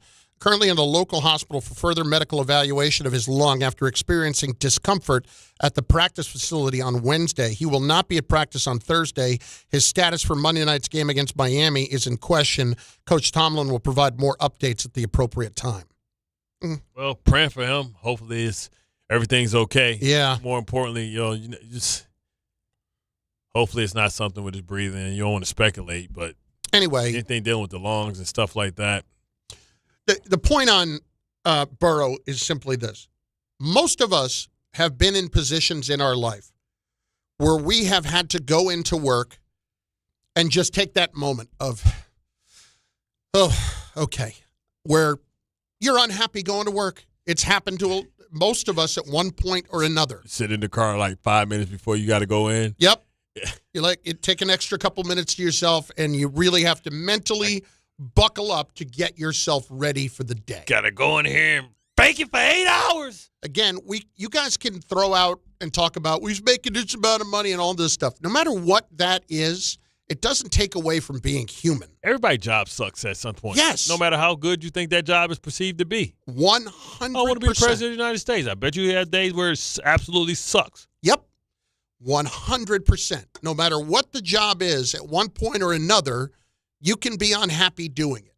That sounds to me like a guy who is not happy going into work every day. I don't want to try to pick apart his mental state by any stretch. I mean, the injuries that he's battled and the fact that, once again, he had an injury, he fought his butt off to get back, and it had to be deflating to be beating arguably the best team in the AFC, only to lose it at the end of the game because I threw 2 ducks. It is, if you're Burrow right now, I think this is more about 2 years from now. In other words, meaning after next season, that he would try to really force his way out of Cincinnati. I think right now he is starting the process of putting them on notice for where they are. Now, they have capitulated to what he has wanted in bringing back both T. Higgins and Jamar Chase, and you could argue that they have done it to the detriment of their team by not giving that money to Trey Hendrickson. Yeah. But they could have done something with Trey Hendrickson, and they opted to not do that, and that is part of why they're in the situation that they're in right now. Yeah, I'm trying to win one away. You don't usually pay 2 receivers that type of money, and you're paying your quarterback that type of money, and your left tackle that type of money. Your left tackle is going to be up for a contract in the next year or so. The allocation of funds, and usually the Cincinnati Bengals are a cheap organization. They didn't have a practice facility until Joe Burrow took him to the Super Bowl. I think they bought in, and he had so much power, but he has to blame himself a little bit as well for the lack of depth, like the fact that they can't retain Jesse Bates, that's still playing at a high level in Atlanta. that they couldn't keep the safety. I forgot the other safety that was there with him. He ended up playing for not Boyer or Poyer or somebody like that. It wasn't Jordan Poyer. It was who was the other guy that was playing with him in Buffalo? Anyway, they had two of the best safeties, two of the best everything. Logan Wilson they got rid of, right, because his role diminished. So that's on them. You know what I mean? That's on him, and that's what comes with it. Like, you can't complain about your teammates or the help that you have if you want to take all the money and then tell them to put all the money on the offensive side of the ball and understand it. There's three phases of this game. Von Bell? Yeah, Von Bell. There you go. That's who you were thinking of. Yeah. And I'm not going to lie, I just Googled that, and it came up. Yeah. Bart and Carlin, ESPN, and on the ESPN New York, and on the ESPN New York app, also on the Facebook page, as well as many of your calls as we can get in. But I honestly don't believe it's possible to overpay for Burrow right now. If you told me, and I know this is nuts, I know you're going to say you're an idiot, but am I? Look at where they are and where they've been and how long they've been looking. It's a vulnerability. And it's over a 2-year period. If you told me it was 5 picks for Burrow, man, I'd really consider it. First-round picks for Burrow, I would really consider it. I'm going to give you a couple first. We got to exchange some first for some seconds, for some of your seconds. Okay. We'll talk about all that kind of stuff. But what I know is they haven't had the quarterback in forever, and if you're the Bengals and you're actually going to trade that guy away, man, you better be fleecing somebody else. I would say we are the only team that's only had one good quarterback. In your entire history, is that fair? Yeah. Only one? I mean, you can say the Ravens only had Lamar as elite, but Joe Flacco was pretty decent. No, but I'm more thinking about if the Jets had any other good quarterbacks. No, I'm saying elite. Don't give me Chad Pennington because he wasn't healthy. You're talking about elite. You're talking about having your franchise guy. I'm talking Andrew Luck, Johnny Unitas, Peyton Manning. What about the Browns? I'm talking Brett Favre. I mean, hold up. They had Bernie Kosar. Yeah. You know what I'm saying? Listen, the Browns. That's about it. No. Although Brian Sipe won an MVP. Right. What I'm saying is they had before the merger, they had decent quarterbacks before they left and became before they left when they had Bill Belichick and those guys, they bringing them back. Bart and Carlin, ESPN New York, and on the ESPN New York app, over on YouTube as well. Throw in the comments. We'll get them in the show, baby. I know that hiring can be challenging. You sort through tons of resumes and you get too many so-so applicants. You're just waiting for someone to match your role perfectly. Well, now, there's a place where you can meet them fast. ZipRecruiter. Need to hire right away. Start your search for strong candidates. The right fit awaits. Build your team. Build it sooner. Meet your match on ZipRecruiter. Just head to ZipRecruiter.com/ESPN right now to try it for free, and you're on your way to meeting your match. 4 out of 5 employers who post on ZipRecruiter get a quality candidate within the first day. So try it now. Go to ZipRecruiter.com/ESPN. Once again, that's ZipRecruiter.com/ESPN. Meet your match on ZipRecruiter. Try it free. Some stages celebrate. This one tests everything. Every drive, every approach, every putt. Pressure builds. Resilience matters. And history waits for the bold. In June, the 2026 U.S. Open Championship returns to the Hamptons at the iconic Shinnecock Hills Golf Club. Experience the world's best golfers competing on one of the sport's most storied stages. Don't just watch greatness, experience it live at the 126th U.S. Open. Daily tickets are available now on SeatGeek. Hey, it's Michael Kay talking to you about my friends at PC Richard & Son. They're local, family-owned, and I trust them, and you can too. Right now, save on all holiday gifts for everyone on your list. And with their holiday price guarantee, your price is protected. If the price goes lower from now through December 24th, they will match it. You can't beat it. Plus, you get fast and free delivery. PC Richard & Son, the company you could trust for over 116 years. Free delivery excludes Manhattan. Discover a driving experience crafted to inspire. At Garden City Mazda, exceptional design and sophisticated performance come together. During the Mazda More to Move You sales event, lease the 2025 Mazda CX-5 for $229 a month for 33 months. Or the 2025 Mazda CX-50 for $239 a month for 33 months. Both with $49.95 due at signing. It's the Mazda More to Move You sales event at Garden City Mazda. At Garden City Mazda, expect the exceptional.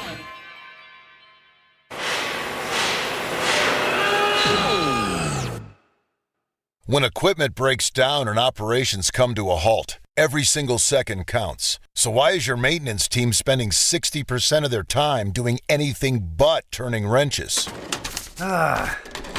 MaintainX is the AI-powered maintenance and asset management system that helps your team get back to actually fixing breakdowns. No more searching for manuals. No more hunting down parts. No more drowning in paperwork. With MaintainX, your team can access manuals from anywhere, create new procedures in minutes, and turn voice notes into clear and complete work order feedback. What used to take hours now only takes minutes. Keep your operations moving, not your paperwork. Join over 11,000 maintenance teams that are already fixing more and filing less. Try MaintainX for free today. Go to maintainx.com/AI. That's maintain and the letter x.com/AI. This college football moment is brought to you by Serve Pro.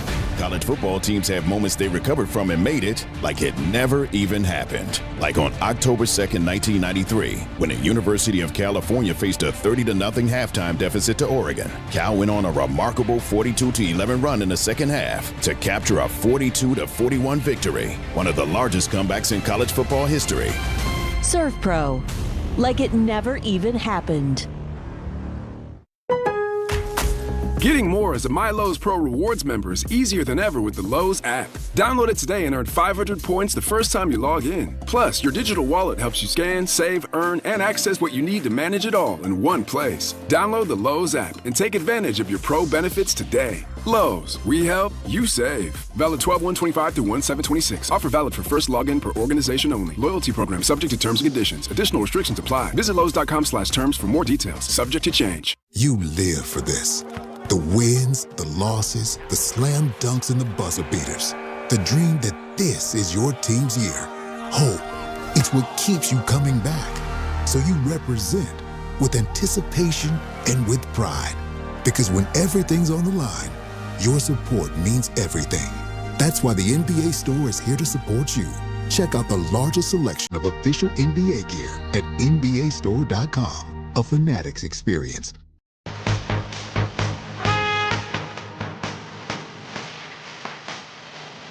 Come on out, Devin Williams. That's what we're going to do. You know, just plus that you said they gave Daniel Jones jersey straight to Phillip Rivers. We're going to get that song straight to Devin White. We're 39.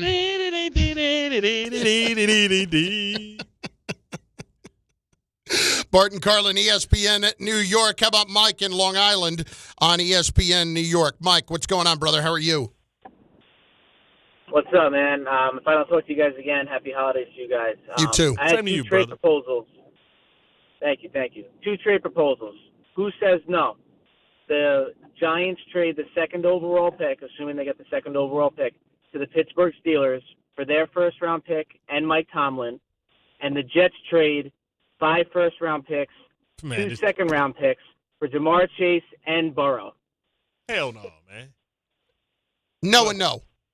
But hold on. Let me rethink the second one. No. Let me rethink the second one. All right, we good with that. I'm good with that because I'm gonna score more points than anybody. I can. Are you good with that? Yeah, I'm good with that. I mean, 5 first-round picks in 2 seconds. Because you got money. Well, I don't even know how we might have to cut somebody because they make so much damn money. I know. We can't have 2. Just think, we'll have have 2 receivers that make more than T. Higgins and Jamar Chase because Garrett Wilson is one of the highest paid. So I don't even know if we can do that. We got the line. We ain't got to pay the offensive line. We can figure it out. How about you keep Jamar Chase? You just keep Jamar Chase and it'll be okay.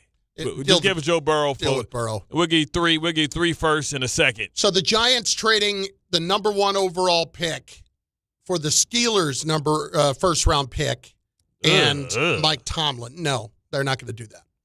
That's not Mike Tomlin would go for a first-round draft pick, though. You think so? Didn't John Gruden go for a first-round draft pick? But that's 20-some years ago, and that was Al Davis. Yeah, but I mean, that was Al Davis who was able to get a first-round pick out of Tampa for that. Come on. This is Mara, though.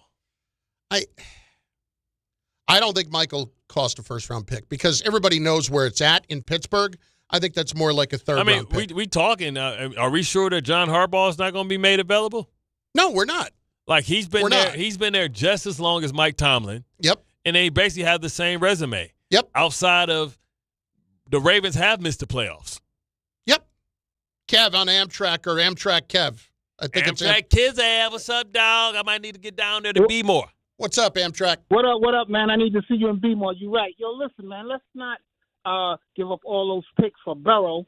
Let's build a team. And how about this, Bart? Let's move off Tyrod, bring in Deshaun Watson, maybe in the third or fourth round. I've been saying that. These guys that didn't pan out in college this year. I've been saying and then Deshaun. see what happened with those guys like Daniel Jones and Kyler during the season next year. I think Kyler's going to be available, especially if Arizona loses out. Arizona's going to be right there. If not, I mean, I tell you, I guarantee you they'll take Dante Moore. Why does it always have to be trying and taking a flyer on guys and take a shot with this guy and maybe that guy? Why can't you just get the sure thing? But I mean, to me, Kyler Murray, just because Kyler Murray ain't working on Arizona, Kyler Murray is still, in my opinion, a top 15 talented player in this league. Like, if you think Justin Fields, if you were optimistic about Justin, he's much better than Justin Fields. It ain't even close. It's not close. This dude is a legitimate passer of the football. He's just because he's little, his balls don't get batted down a lot, and he's a guy that is a nightmare when he's scrambling to throw the ball. He is a nightmare. I mean, and if he's going to be made available, and when everybody knows you're going to be made available, he's not going for a first-round draft pick. He might go for a third. No, especially if they got a first-round draft pick themselves. I mean, if they got a top 4 pick and they can get Dante Moore, they'll keep Jacoby Brissett as their starter and let Dante Moore sit for a year. No, listen, they're not going to. I get what you're saying. He's going to go for a third, something like that. They just want to dump some of the salary, and they'll even eat some dead money because if they get a rookie quarterback and they paying Jacoby Brissett, that might cost them combined $20 million a year. That's still saving 10, 20. Third-round pick for a third, bro. You got $1 million of them. Yeah, I know. I understand. You got $1 million picks. You got 5 firsts. You can move back somebody. You can trade. Man, you got so many things to do. You got so many extra picks. That means your third means nothing. You got 2 firsts and 2 seconds. I'd have to be super. I'm giving you a third. Who cares? No, I understand, but I'm talking about Kyler Murray and having the faith that he's. What? I'm just tired of having to continue to take chances and see if he can become the guy here. Is Kyler Murray 30 yet? He's not even. He can't be 30 yet. I'm looking. I don't believe he is, but I'm looking. 28 years old. Dude is 28 years old. I understand. You talking about, we always get somebody to pass their prime and this and that. Come on, man. Come on, son. I'm taking that. Not to mention. I've been telling y'all, Kyler Murray. Not to mention the injury problems. Okay, last year. Who's our backup quarterback? Yeah, that's your backup quarterback.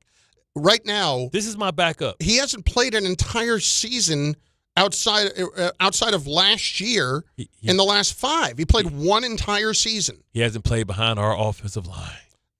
Again, you keep pumping up this offensive line. Bro, our offensive line is really, really good. The reason why it ain't good is because Justin Fields burped the baby half the damn time. No, I get that. The 9 sacks doesn't have much to do with the offensive line. At least 7 of those had to do with that. Membu in the next 2 years will be the best right tackle in football as soon as Lane Johnson retires. He's going to be right there. We are really reaching here, are we not? Membu is going to be right there with Penei Sewell. Wow. Membu is special. Not to talk about on the other side, Fashanu is good. He reminds me of the Brickershaw. But on the right side, Membu is better than Fashanu. Boy, you are pumping this group up. He is physical as hell. I'm telling you, if they didn't have such bad quarterback play, they would be elite. Felix in the Bronx. Felix, what's going on? Oh, fix it, Felix. Hey, guys. Good afternoon, man. You know what? You forgot a troll. His name is Tekashi69. You should put him on your list. But I wanted to talk about the Shedeur Sanders obsession in Cleveland and the comment that Hahn made. He was wondering, like, what's the obsession?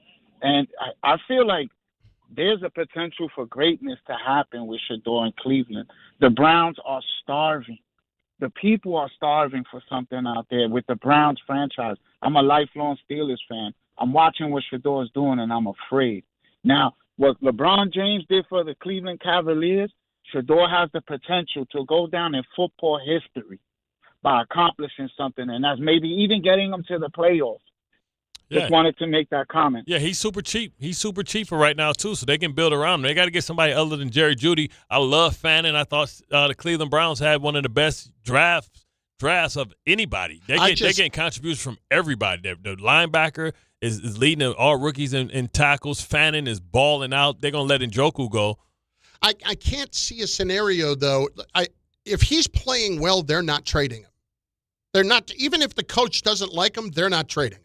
That don't mean they're not going to use a first-round draft pick if Dante Moore is there, and if you're really high, knowing that you'll have the Dante Moore, Shedeur Sanders, and Deshaun Watson next year, because nobody's going to take that contract unless they eat some of that money. So you're going to have three guys there. So maybe Shedeur is your starter, but then they're going to be developing Dante Moore. So Shedeur's going to be like, man, that'll be his second year. They only own his rights for 4. Bart and Carlin, ESPN New York, and on the ESPN New York app. Up next, Jake Asman in for Michael K on ESPN New York. You said Asman. I was around some academics recently. If he dies, he dies. Every aspect of your business will operate better and faster